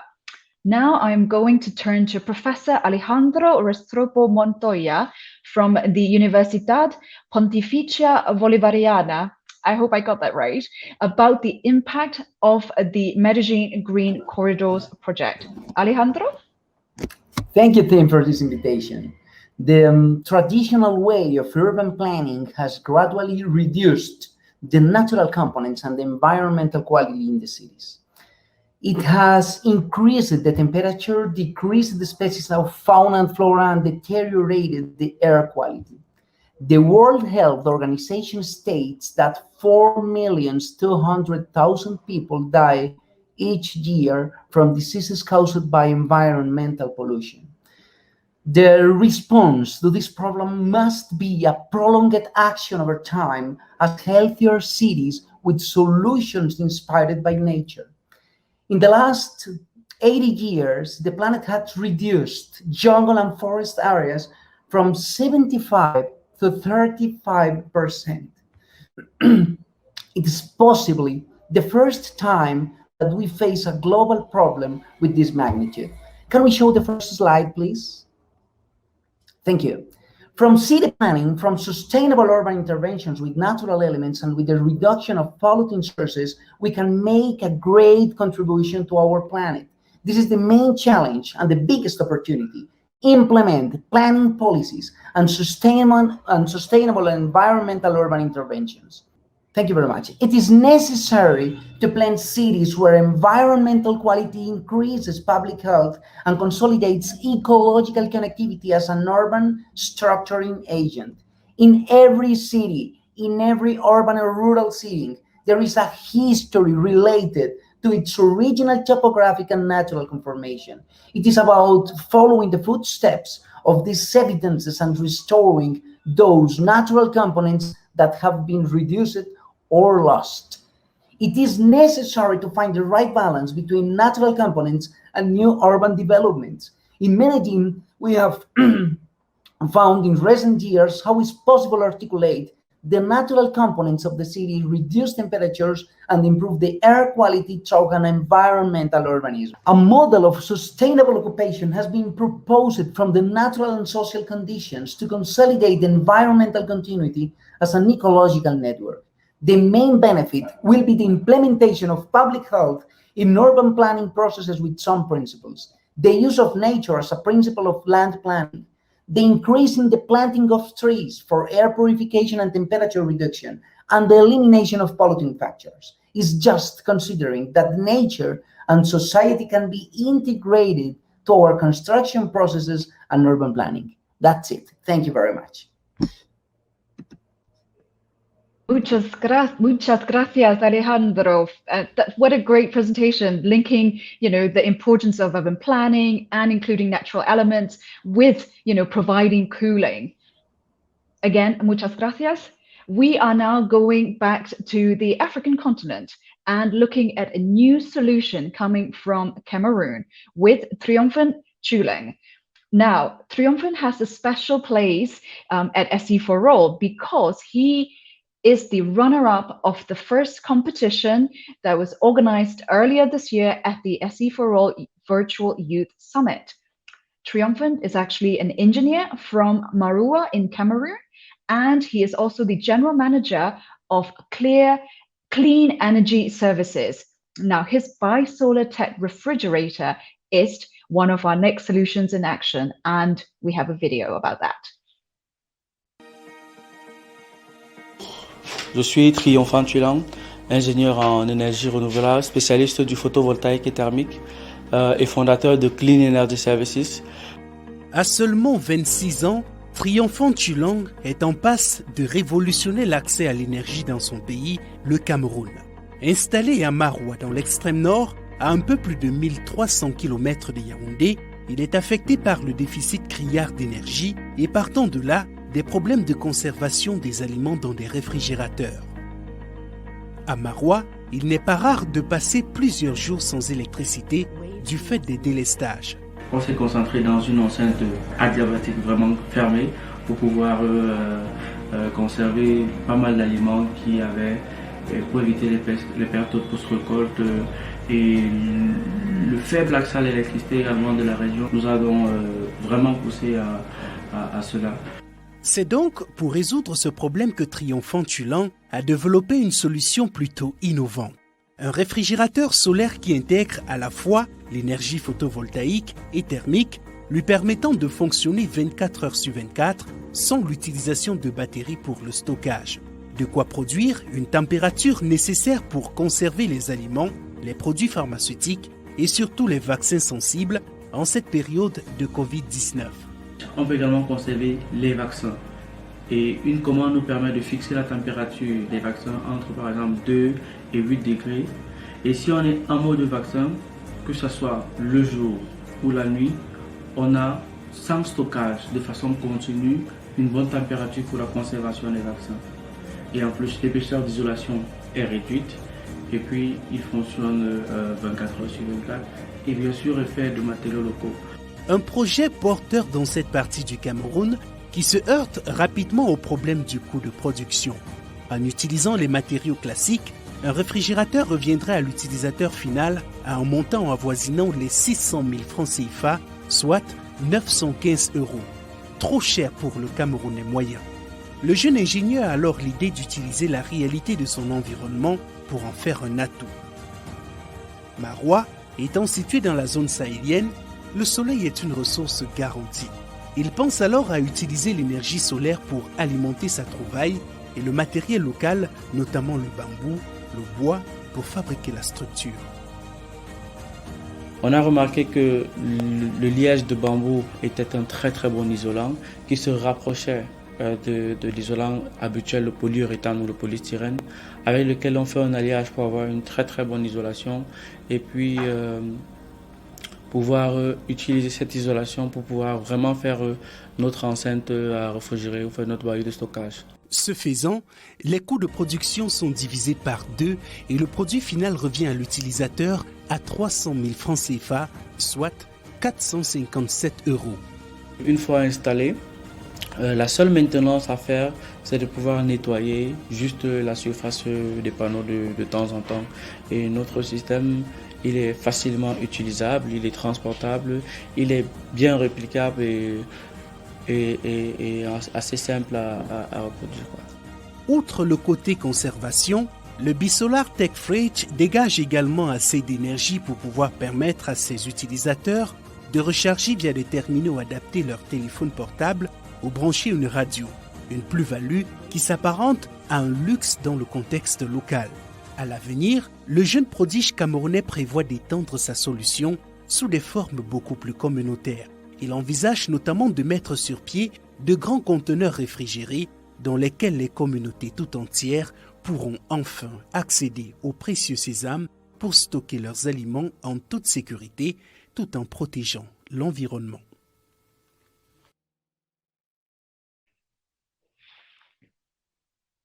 Thanks to Triumphant and Vox Africa for the production of that video. Thanks to all of the speakers for their innovative and inspiring solutions. And it will be really exciting to see these solutions grow and scale in the years ahead.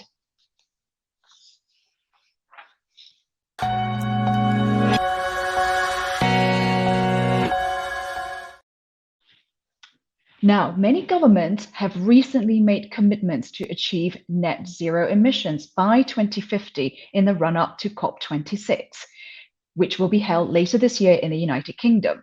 Now, conventional cooling already accounts for 7% of global greenhouse gas emissions, and this number could actually grow dramatically because of increased demand for cooling. Now, joining us now is Dan Hanser-Goodacre from the COP26 Climate Champions team. He is working to secure commitments to a net zero future.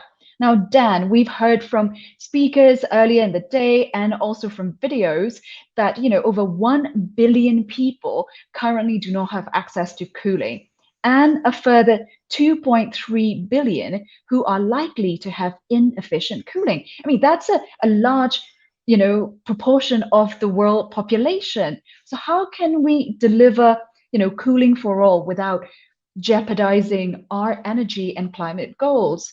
I would like you to talk a little bit more about that. And also, if you could expand on what actions that we need to take now and what types of innovations and solutions do we need in the next few years to guarantee that this sector actually gets to net zero. Dan, I think you're on mute. Perfect. Can you hear me now? You can. Wonderful. Well, thank you very much for the introduction and to SE4 for the invitation and hello to everybody. Yeah, they're big challenges, then they really are. And that's why this report that's come out now from SE4All Chilling Prospects is so important. And congratulations to the team for once again shining a light on the challenges of a warming planet, and in particular the challenges of how people access cooling when the world is getting hotter. And it is ironic that we are cooling ourselves down in a way that makes us all warmer. So I will give you a snapshot into what's happening in the world of net zero, as you just referred to, and some of the solutions that we need to look to in order to be able to provide access to cooling in a way that's compatible with the goals that are coming out from around the rest of the world. And I'm sure many of the audience will have noticed, you better have noticed, or you've been really asleep at the wheel, that a large number of countries and companies have been making commitments to net zero. In fact, more so in the last 12 months than ever have made those commitments. This is something that we should be pleased to see, but also something that needs a level of detail in order to make sure it's successful. And these net zero commitments will not be successful unless they include action on cooling. And that action on cooling has to tackle both energy and it has to tackle the F-gases. And that's why the high-level champions team for COP26, led by Nigel Topping and Gonzalo Munoz, that's why the champions team has identified cooling as one of the key sectors for which transformation is required in order for the world to achieve net zero carbon emissions. And I will give an update on 3 things today in relation to that. Firstly, well, what have we been doing? What has the champions team been doing on cooling? Secondly, what has that sort of resulted in terms of progress? And then thirdly, and quickly, as time is ticking, what the next steps are. So what have we been doing? We've essentially spent the last year producing a number of tools and guides that can help stakeholders, particularly governments, but also non-party stakeholders, to understand how to get to net zero for cooling. These guides and tools include a pathway to net zero cooling. How do we get from here to there by no later than 2050? An associated action table that breaks down that pathway into milestones and identifies who we think needs to take particular actions in order to get there. This has been accompanied by a cool calculator, is what we're calling it, which is essentially a scenario planning tool. You can go in and chart your own pathway to net zero cooling, make some different choices and assumptions as long as you actually get to net zero. That's available online. And also a net zero product guide that sets out the products that are in the market now that can actually be bought that get you to or as close as possible to net zero cooling. We also did an assessment of who's winning the race to net zero cooling, where we looked at the largest 50 or so cooling sector businesses in the world to see who's made commitments to net zero and who's close and who hasn't and needs to do a lot more. So all of this is available online. A big shout out to Carbon Trust, to EIA, to RMI, to E3G, SE4All, etc., KSEP, Cool Coalition. Thank you all for your hard work. So they're all available to anybody who wants to see them. If you can't find them, ping me an email, we'll send you the link. And they're designed to help everybody. They highlight 3 particular areas of action, and this relates very much to your question, Finn, at the beginning about access to cooling. The areas of action are passive cooling, they are super efficiency for appliances and for equipment, and ultra low GWP refrigerants. These solutions are needed on and off grid. And of course, it's in the off grid where we can see some of the biggest opportunities to address these access challenges. And also it's in relation to passive cooling solutions where we can really help to close the access gap. So that's the first thing we'll be doing. Secondly, I said we'll talk about progress. We've been very focused on engaging with businesses to try and get them to make commitments to net zero. And of the 50 or so that we've assessed, so far 6 have committed to join the race to commit to net zero. That's okay. It's an okay start. A lot more needs to be done for sure. But I'm very happy to give a shout out to those 6 companies who've shown that leadership position, and they are Electrolux, Trane, Orbia, who may be less well known, but a natural refrigerant company, Schneider, Danfoss, Johnson Controls. So well done to all of you. Very close are Daikin. Daikin, come on, you can do it. You're really nearly there. So just make that pledge. In addition, and as has been noted before, the Global Cooling Prize has shone a light on some of the leaders. That's GREE and Daikin for making the 5 times improvement in how climate friendly residential air conditioning is. GREE and Haier have committed to bring that equipment to market in the next couple of years at an affordable price, and of course that matters for access to cooling as well. And that criteria, the 5 times more climate-friendly residential air conditioning at an affordable price, it has been picked up as a breakthrough initiative on the pathway to net zero cooling that I just talked about, that the work that the Champions team is doing. So finally, where are we going with all of this? Well, in particular, for the next few months as we go through to COP, we're really keen to engage with as many businesses as possible to help those businesses to make commitments to net zero. We would really love to see 20% of the global cooling market covered by those commitments by the time we get to COP. And equally with the breakthrough ambition, I know Ian Campbell is working with us on this as well. Very keen to see 20% of the market cooling sector commitments to bring that affordable 5 times more efficient residential AC to the market. We want to land those commitments by the time we get to COP26. So lots to be done. Very thankful of all these wonderful people on the call today and for all of those who are listening to help make this happen. Back to you, Thin. Thanks very much, Dan, for a very comprehensive update. And we look forward to seeing new cooling commitments, at the COP before the year is out.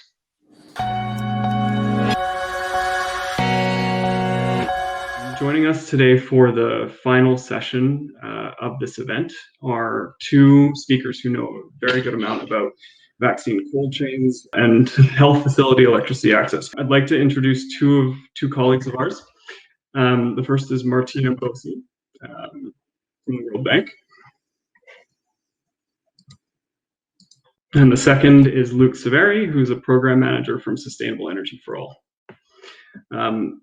I think we've seen a good deal of coverage, as Sarah was saying, on the cold chain requirements for some of these vaccines.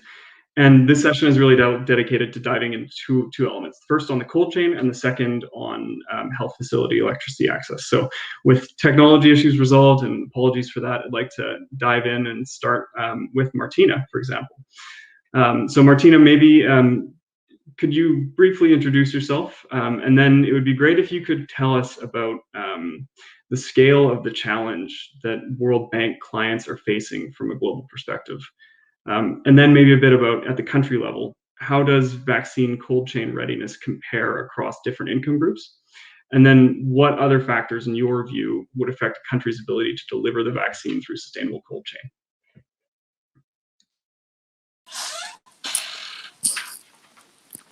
Thank you very much, Ben, and sorry for the problems on my end as well, so I hope all goes well. Thanks. So I'm Martina Bossi. I'm a senior energy economist at ESMAP. ESMAP stands for Energy Sector Management Assistance Program. It's a global technical assistance and knowledge program administered by the World Bank. I'd like to also thank SC4All for the invitation to be on this panel, and also congratulations for the launch of the Chilling Prospects. I really look forward to going through it. So you've asked me a couple of good questions. I'll try to organize the response according to the 3 questions you asked. So you asked about the scale of this challenge that the bank clients face, and sort of a global perspective and from a development perspective. So we all know it's been a challenging year. It's been more than a year that the pandemic started. We've all felt it.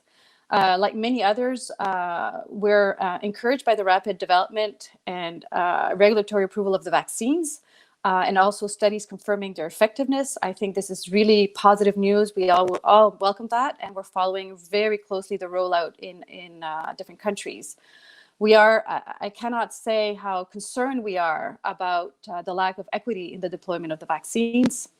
Access to vaccines for developing countries remains really too limited. Out of the more than 1 billion doses that have been administered worldwide, more than 75% have gone to just 10 countries. Only 0.3% of doses have been administered in low-income countries. That is a totally unacceptable situation, and one that we're following very closely. I also like to mention, before going to the other questions, how troubled we are by the serious situation in some particularly hard-hitting countries, including India and Brazil, that has wide-ranging repercussions. We remain very concerned about the pandemic's devastating impact on World Bank clients. and its impact on development in general. Really, in a way, it's the biggest global economic and social crisis we've seen in generations.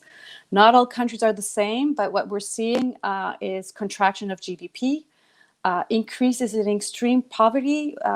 We've identified COVID-induced poverty population. In 2020, we assessed that number to reach about 120 million people, and the outlook's not improving for 2021. And so we see that number possibly increasing to 150 million. And unfortunately, that means that really this crisis is not going to be short-lived for many people around the globe. We see challenges on the education fronts. We see challenge on impacts on food security, devastating impacts on health systems. Needless to say that for us at the World Bank, responding to the COVID pandemic remains a key development priority. So you also asked me about the cold chain readiness. And so I think it's a good question, but probably useful to put in context so people understand the links between the different parts of my interventions. And so addressing and ending the COVID pandemic is a vaccine challenge like we've never seen in our lifetimes. And so countries obviously have routine immunization programs. So we're not starting from scratch. Countries are not starting from scratch. But we're talking about here to take vaccination to a completely new scale. We're talking about vaccinating about 70 to 80% of the entire world's population, and in many cases twice and as fast as we can. The main focus right now, we're talking about cold chain, but obviously the main focus of countries and the international community is getting vaccine supply and procurement. That is the focus. We see vaccine quantities literally trickle into countries. And a dozen countries have not yet seen a single dose reach their borders. At the same time, so while we recognize that as a priority, we also need to think about and plan the in-country distribution of these vaccines. And that's where the cold chain get in. We literally cannot afford to lose any of these vaccines for economic reasons. They are highly valued, but for also health and life reasons. We need them. And so we need an adequate and well-functioning cold chain critically to be able to deploy these vaccines. And so determining the readiness, which was a question you asked me, is absolutely important to be able to ensure that once we get these vaccines into countries, they're deployed and safeguarded and get into people's arms as fast as possible. We see we see differences between countries. We also see difference within countries, with urban centers typically having more robust and reliable cold chain than rural areas, particularly in countries where there's unreliable access or lack of access to energy energy. We should mention that poor countries typically have weaker cold chains, although I'd like to acknowledge the support that Gavi has provided to help beef up the district level, the more downstream level of cold chain in many low-income countries. So the first focus of gaps that we see is more the national and regional levels in countries, although we see also challenges at the last mile. So the current trickling of the vaccine does not require massive cold chain upgrades. But when this volume increases, which we hope will be soon, then some countries will really feel a crunch. The data from our readiness assessment, which covers several indicators and about 133 countries, indicated that the cold chains were assessed and deemed adequate in about 65% of the countries. But this assessment may not tell the full story, and we may see issues on the ground that differ. We have to keep in mind that this assessment also is based on the cold chain capacity for the regular temperature vaccine, so the 2 to 8 degrees Celsius. But we've all heard about concerns with some vaccines, some increased hesitancy, and we expect to see some growing interest in securing the Pfizer vaccines, which has particularly stringent temperature requirements. And in this case, we would see certainly gaps in the ultra cold chain readiness. I come from the energy sector of the bank with significant energy implications for that as well, to make sure that it works properly. And again, once the volume of the vaccines increase, the readiness assessments may also vary. This is an ongoing process. The reality is that we're not close to the end of this vaccine rollout. And so once the supply vaccine is at adequate levels, we'll expect a larger focus on to be put on the cold chains. And so I think we should watch this space carefully because it will certainly evolve. The last questions you asked me is about other factors that may affect the country's ability to deliver vaccines to sustainable cold chain. So in addition to that whole issue of lack of equitable access, that is distributing the vaccines to the cold chain is a complicated picture. And there are a couple of factors. I mean, securing supplies is key. The type of vaccines and their cold chain requirements is also important and may affect how we reach the countries and populations within these countries. Countries' geography is also critically important. If people are far away and hard to reach, then that has implications for the whole infrastructure and the whole process. I would also emphasize a point that was made in one of the earlier panels, that it's important to consider human capacity to deliver both the vaccines, of course, but also effectively manage and operate the cold chain infrastructure to, again, make sure none is lost and is as efficient as possible. I think it's important to secure good tracking, monitoring system, again, really securing these vaccines. Reliable and affordable energy supply can be a constraint to vaccination programs, and that's an area where us at ESMA we're particularly concerned about. Effective communication to address vaccine hesitancy. You can have all the cold chain in the world, but we need to also combine that with the communication. I would be remiss not to talk about concessional financing, which is absolutely critical to make sure we have the adequate capacity and we can mainstream sustainably cold chains. Last but not least, I think it's really key that countries have a good plan and strategy in place with the necessary cold chain, the human capacity. Vaccines don't have a good long shelf life, so it's really critical to have this planning and infrastructure to be able to move the vaccine through the system to reach people's arms as quickly as possible. So I hope I've answered a little bit most of your questions. Thanks, Martina. Yeah, long question consisted of many questions, so appreciate you taking the time to share your insights. I'd like to turn now to Luc, because Martina mentioned this a little bit in her remarks, but electricity access is a key component of being able to deliver an equitable vaccine response. So Luc, very briefly, is a program manager with Sustainable Energy for All, and he's responsible for our powering healthcare work that has been working on. And I think Luc himself has been working on healthcare and energy access for over a decade, including 5 years in the field. So Luc, maybe just representing SE for All, it would be great if you could tell us a little bit about what the report says on COVID-19, and then drawing on your experience, it would be great to hear about the current state of electricity access in the health facilities of countries with electricity access gaps, and to know from your perspective, how would a lack of reliable electricity prevent, say, a rural health facility from being able to support the COVID-19 response? Thanks, Ben, and thanks for inviting me, and congratulations to you and the colleagues for raising the bar internally and externally with this very ambitious and high quality report. So congratulations on that one. Let me tackle the COVID-19 aspect first, where clearly electricity just comes into this aspect of COVID-19 basically from the beginning. When we started talking about testing, clearly we want to think about lab diagnostics and storage of samples, et cetera, et cetera. Then the conversation very quickly revolved to treatment. So I think about a year ago or so, all we could talk about was ventilators, air filters, any kind of other medical appliances. So it's between testing and treatment now, of course, going to prevention. The whole discussion around cold chains, medical cold chains, making sure that, as was mentioned, some of the vaccines, some of the approved vaccines have extremely stringent cooling or freezing requirements even. Others are a little bit more at refrigeration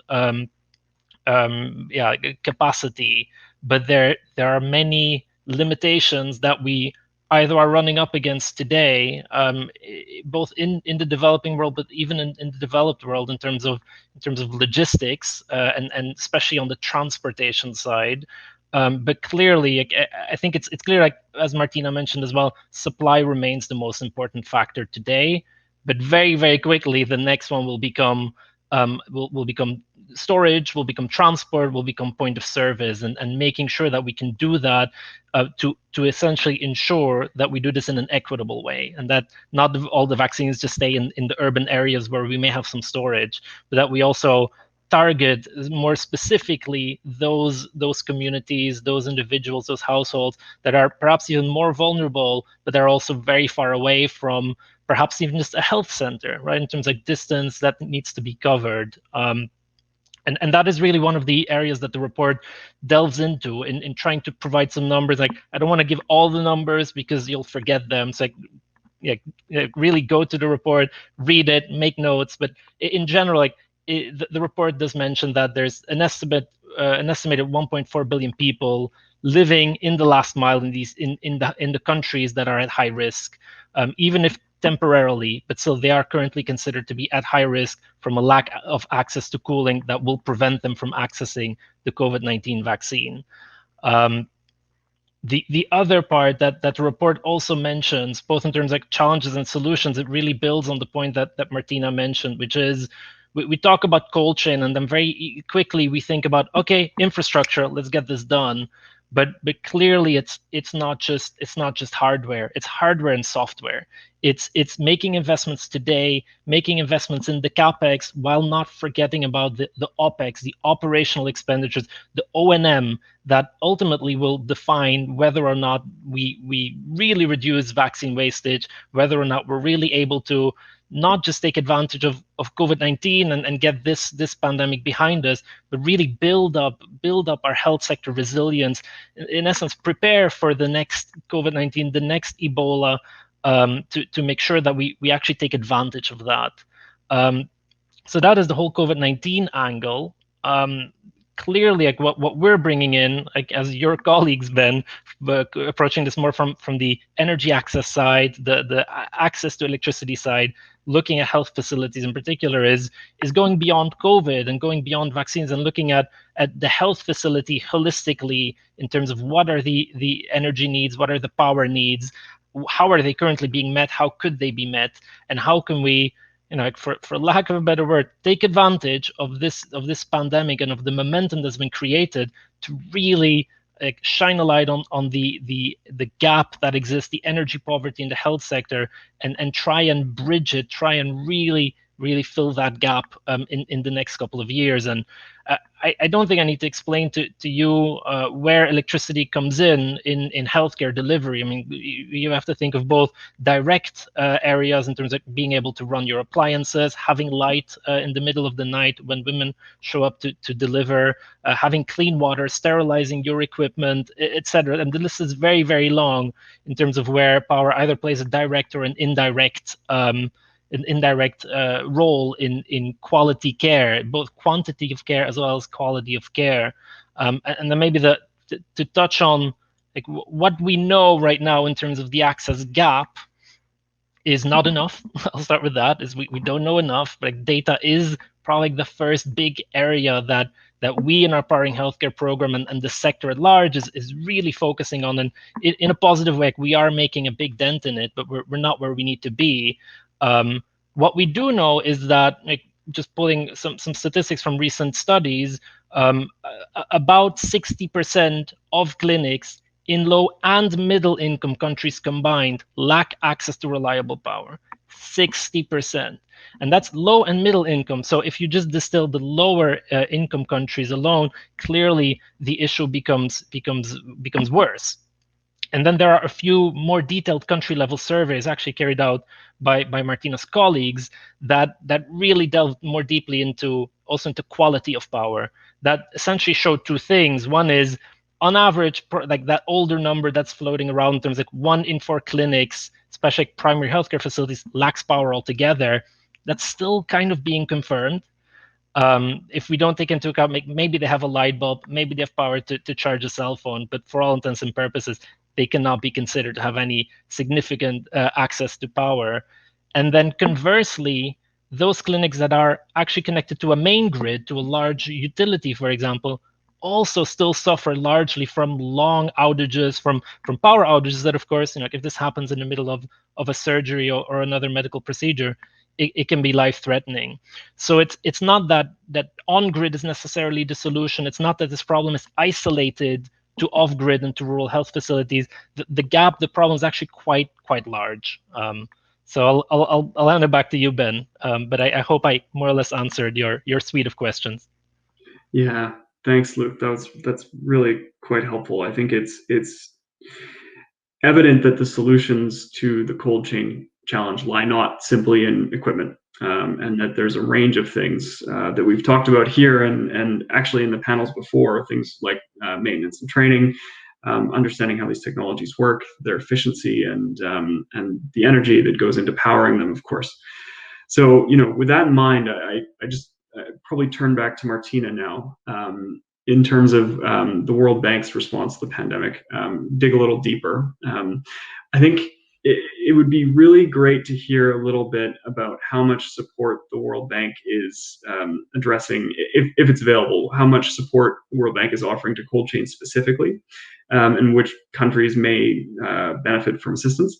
But then I'd like to get your views on what you think the legacy of this programming will be from a World Bank perspective. What in the long term, what will be the impact of this? And maybe we can, since we're over time, maybe we can keep it to a minute or two for each answer. Sorry. Okay, that's a quick one. It's a big one.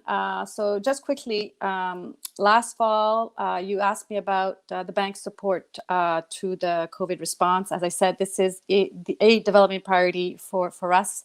The bank has mobilized quickly and approved a $12 billion financing envelope covering all countries, all our client countries, to support COVID-19 responses. It covers both the procurement of the vaccine, so actually purchasing doses, as well as strengthening the health system, including the cold chain. So both components are included in this financing, are eligible for financing. So it's estimated that with this financing, we will cover vaccination of up to 1 billion people. So that's about 20% of the population of World Bank countries. This $12 billion envelope, just to break it down a little bit and understand and make sure people understand, is based on the bank's country-based operational model. So we don't decide up front what share goes to procurement of vaccines, what share goes to the cell system. It's based on other countries that the choices they make and the amounts of investment based on their available envelopes and their needs and context.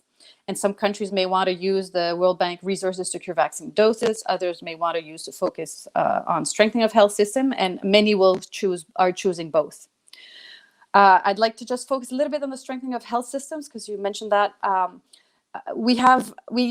think we need to see it both in the short term and with a medium term perspective.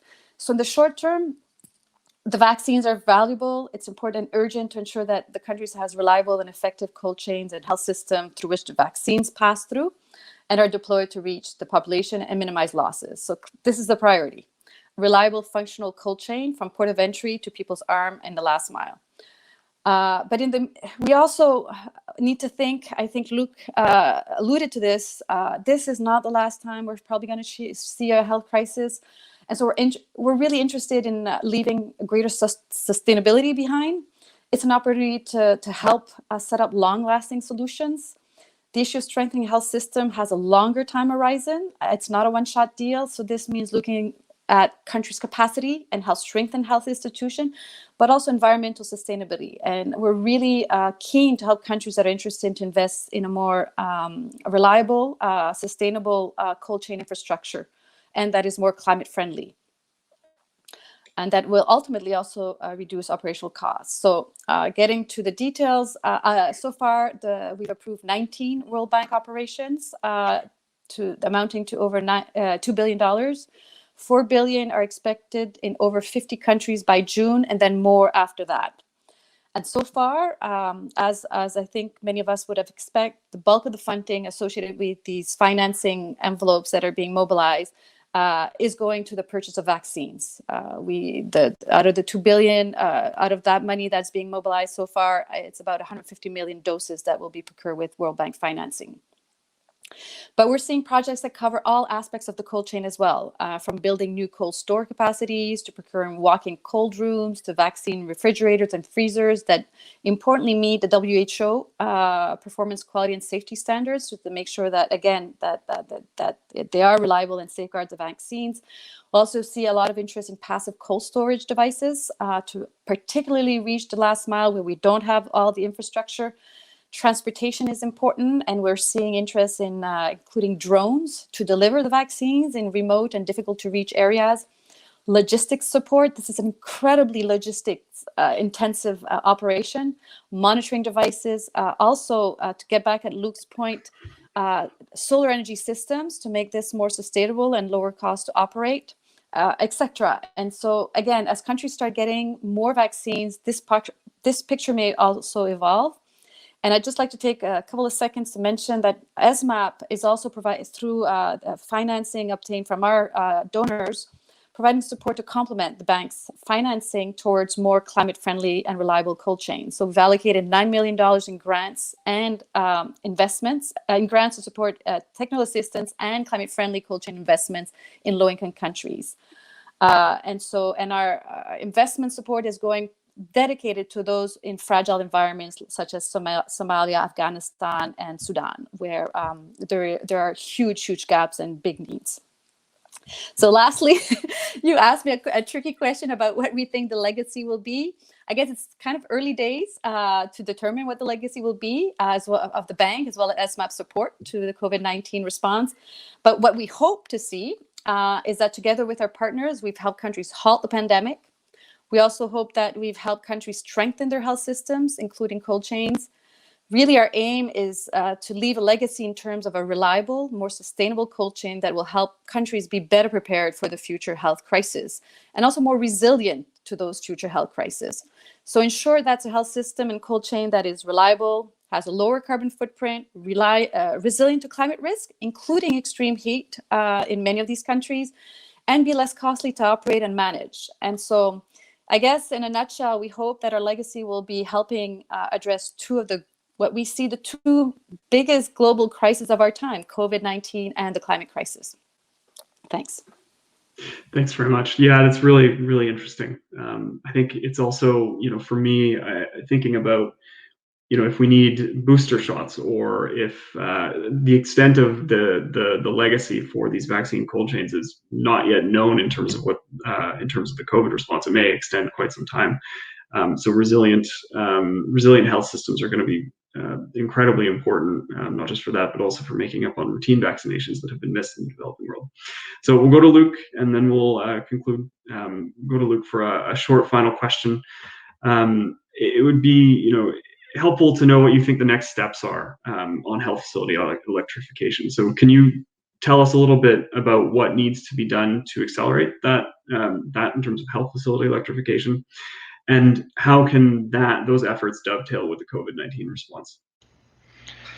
Yeah, thanks, Ben, for that easy question. So what we have seen is increased interest. So COVID-19 has really made this a priority for health sector actors, for energy sector actors as well. So I think that's kind of the silver lining here. We have a big challenge, of course, to turn this momentum into action. That is not straightforward. That takes time. It takes effort. It takes resources. It's a multifaceted problem. So it's hard to narrow it down to a few actions. I'll still try to do that because that's the question. Or maybe I'll rephrase and say, these are some of the areas where I think more targeted action can really make a big dent into this problem. And I'll start with data, because I led with that in the previous question, which is we still don't know enough.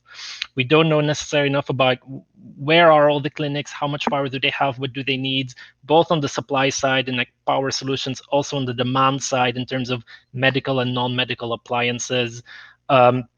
We don't have enough data on the ability to pay of clinics or of district health systems or of ministries of health. However, the health sector is structured, which of course influences how we should position these interventions, how we should deploy these interventions, and what role different actors, think of civil society and NGOs or private sector actors, what role they can play and where the risk is currently situated.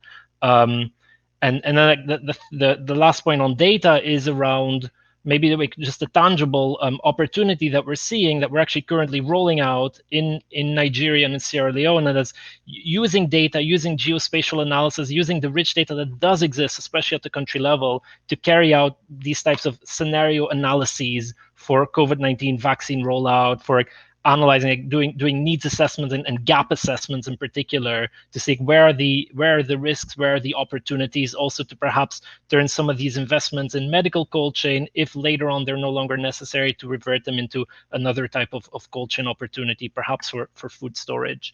So that's on data. The second one is on coordination, which is not the most enthralling topic to talk about, but it's so important because it's an intersectoral problem, so it requires an intersectoral solution.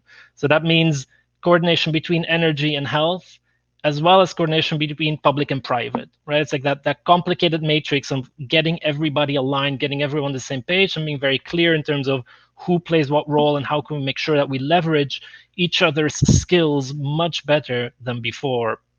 And then the last area that I'll bring up is the dollar sign or the euro sign, or whichever currency you're most familiar with. It's funding and financing, and linked to that, of course, is like innovative delivery models, business models. It's de-risking. It's making sure that we think about clinic electrification not in let's get them power tomorrow, but thinking about how can we make sure that the power is still on 10 years from now, 15 years from now, when batteries will have been replaced, when solar panels start to fail, when other components start to fail. So it's really taking into account the whole O&M aspect of it, and the service part, right? Cooling as a service came up, very similar. We're looking at just more holistically energy as a service, also for health facilities, which we know is already happening at household electrification level. We know it's difficult to replicate in more of the public sector, but there are definitely certain elements that can be replicated that could have a significant impact in terms of long-term sustainability. So yeah, it's like we need action in all of these categories and more. We need bold action. I think we need big targets. We actually need organizations to say this is a priority because we have an opportunity as well. And I'd say, I was in Liberia in 2014 during the Ebola outbreak, and it's sad to say, but we did not take full advantage of that crisis to solve the energy gap in the health sector at the time. And it would be a massive shame if we end up in that same situation again. So yeah, as I said before, we have a lot of momentum, much more than ever before. I think we have the right players in the room. It's just about now we need to figure out how are we going to do this.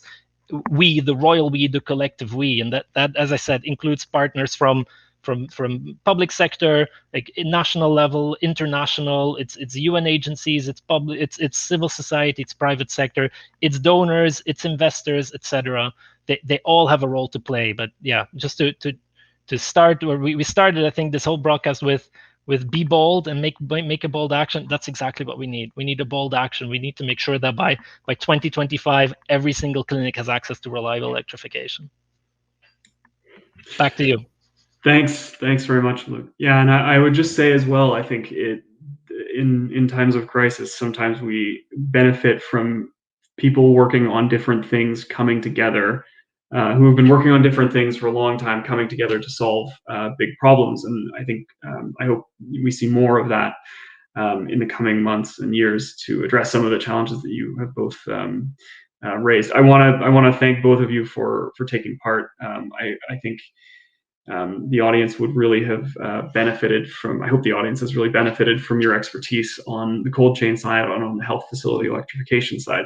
And we've gone over time, but it was such a rich discussion that I didn't want to necessarily abbreviate it. So with that, once again, I'd like to thank Martina Bossi from ESMAP and the World Bank, Luke Severi from SE4All, and Sarah Derving from DevEx, who helped us with the design and the design of this session. So thanks again. And with that, I will hand back over to Tim. Thank you. Thanks again to Martina and Luke for your great insights. And that was a fascinating discussion. And thank you again to Ben for stepping in yet again. And thank you to everyone.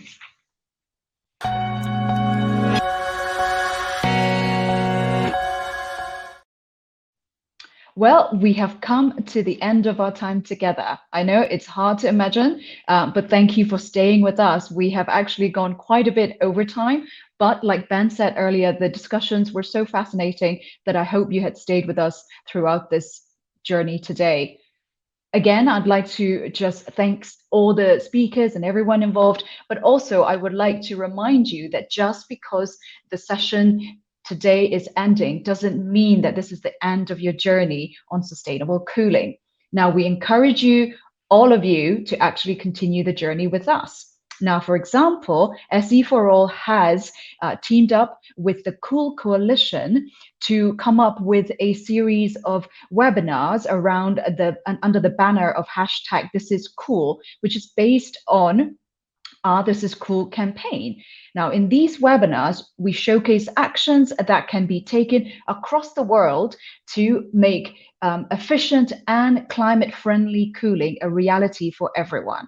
Last month, SE4All launched a global campaign called Be Bold. Luke mentioned that just now, and we urge you to use your voice to show your commitment to this campaign and this movement by going to bebold.se4all.org and signing up.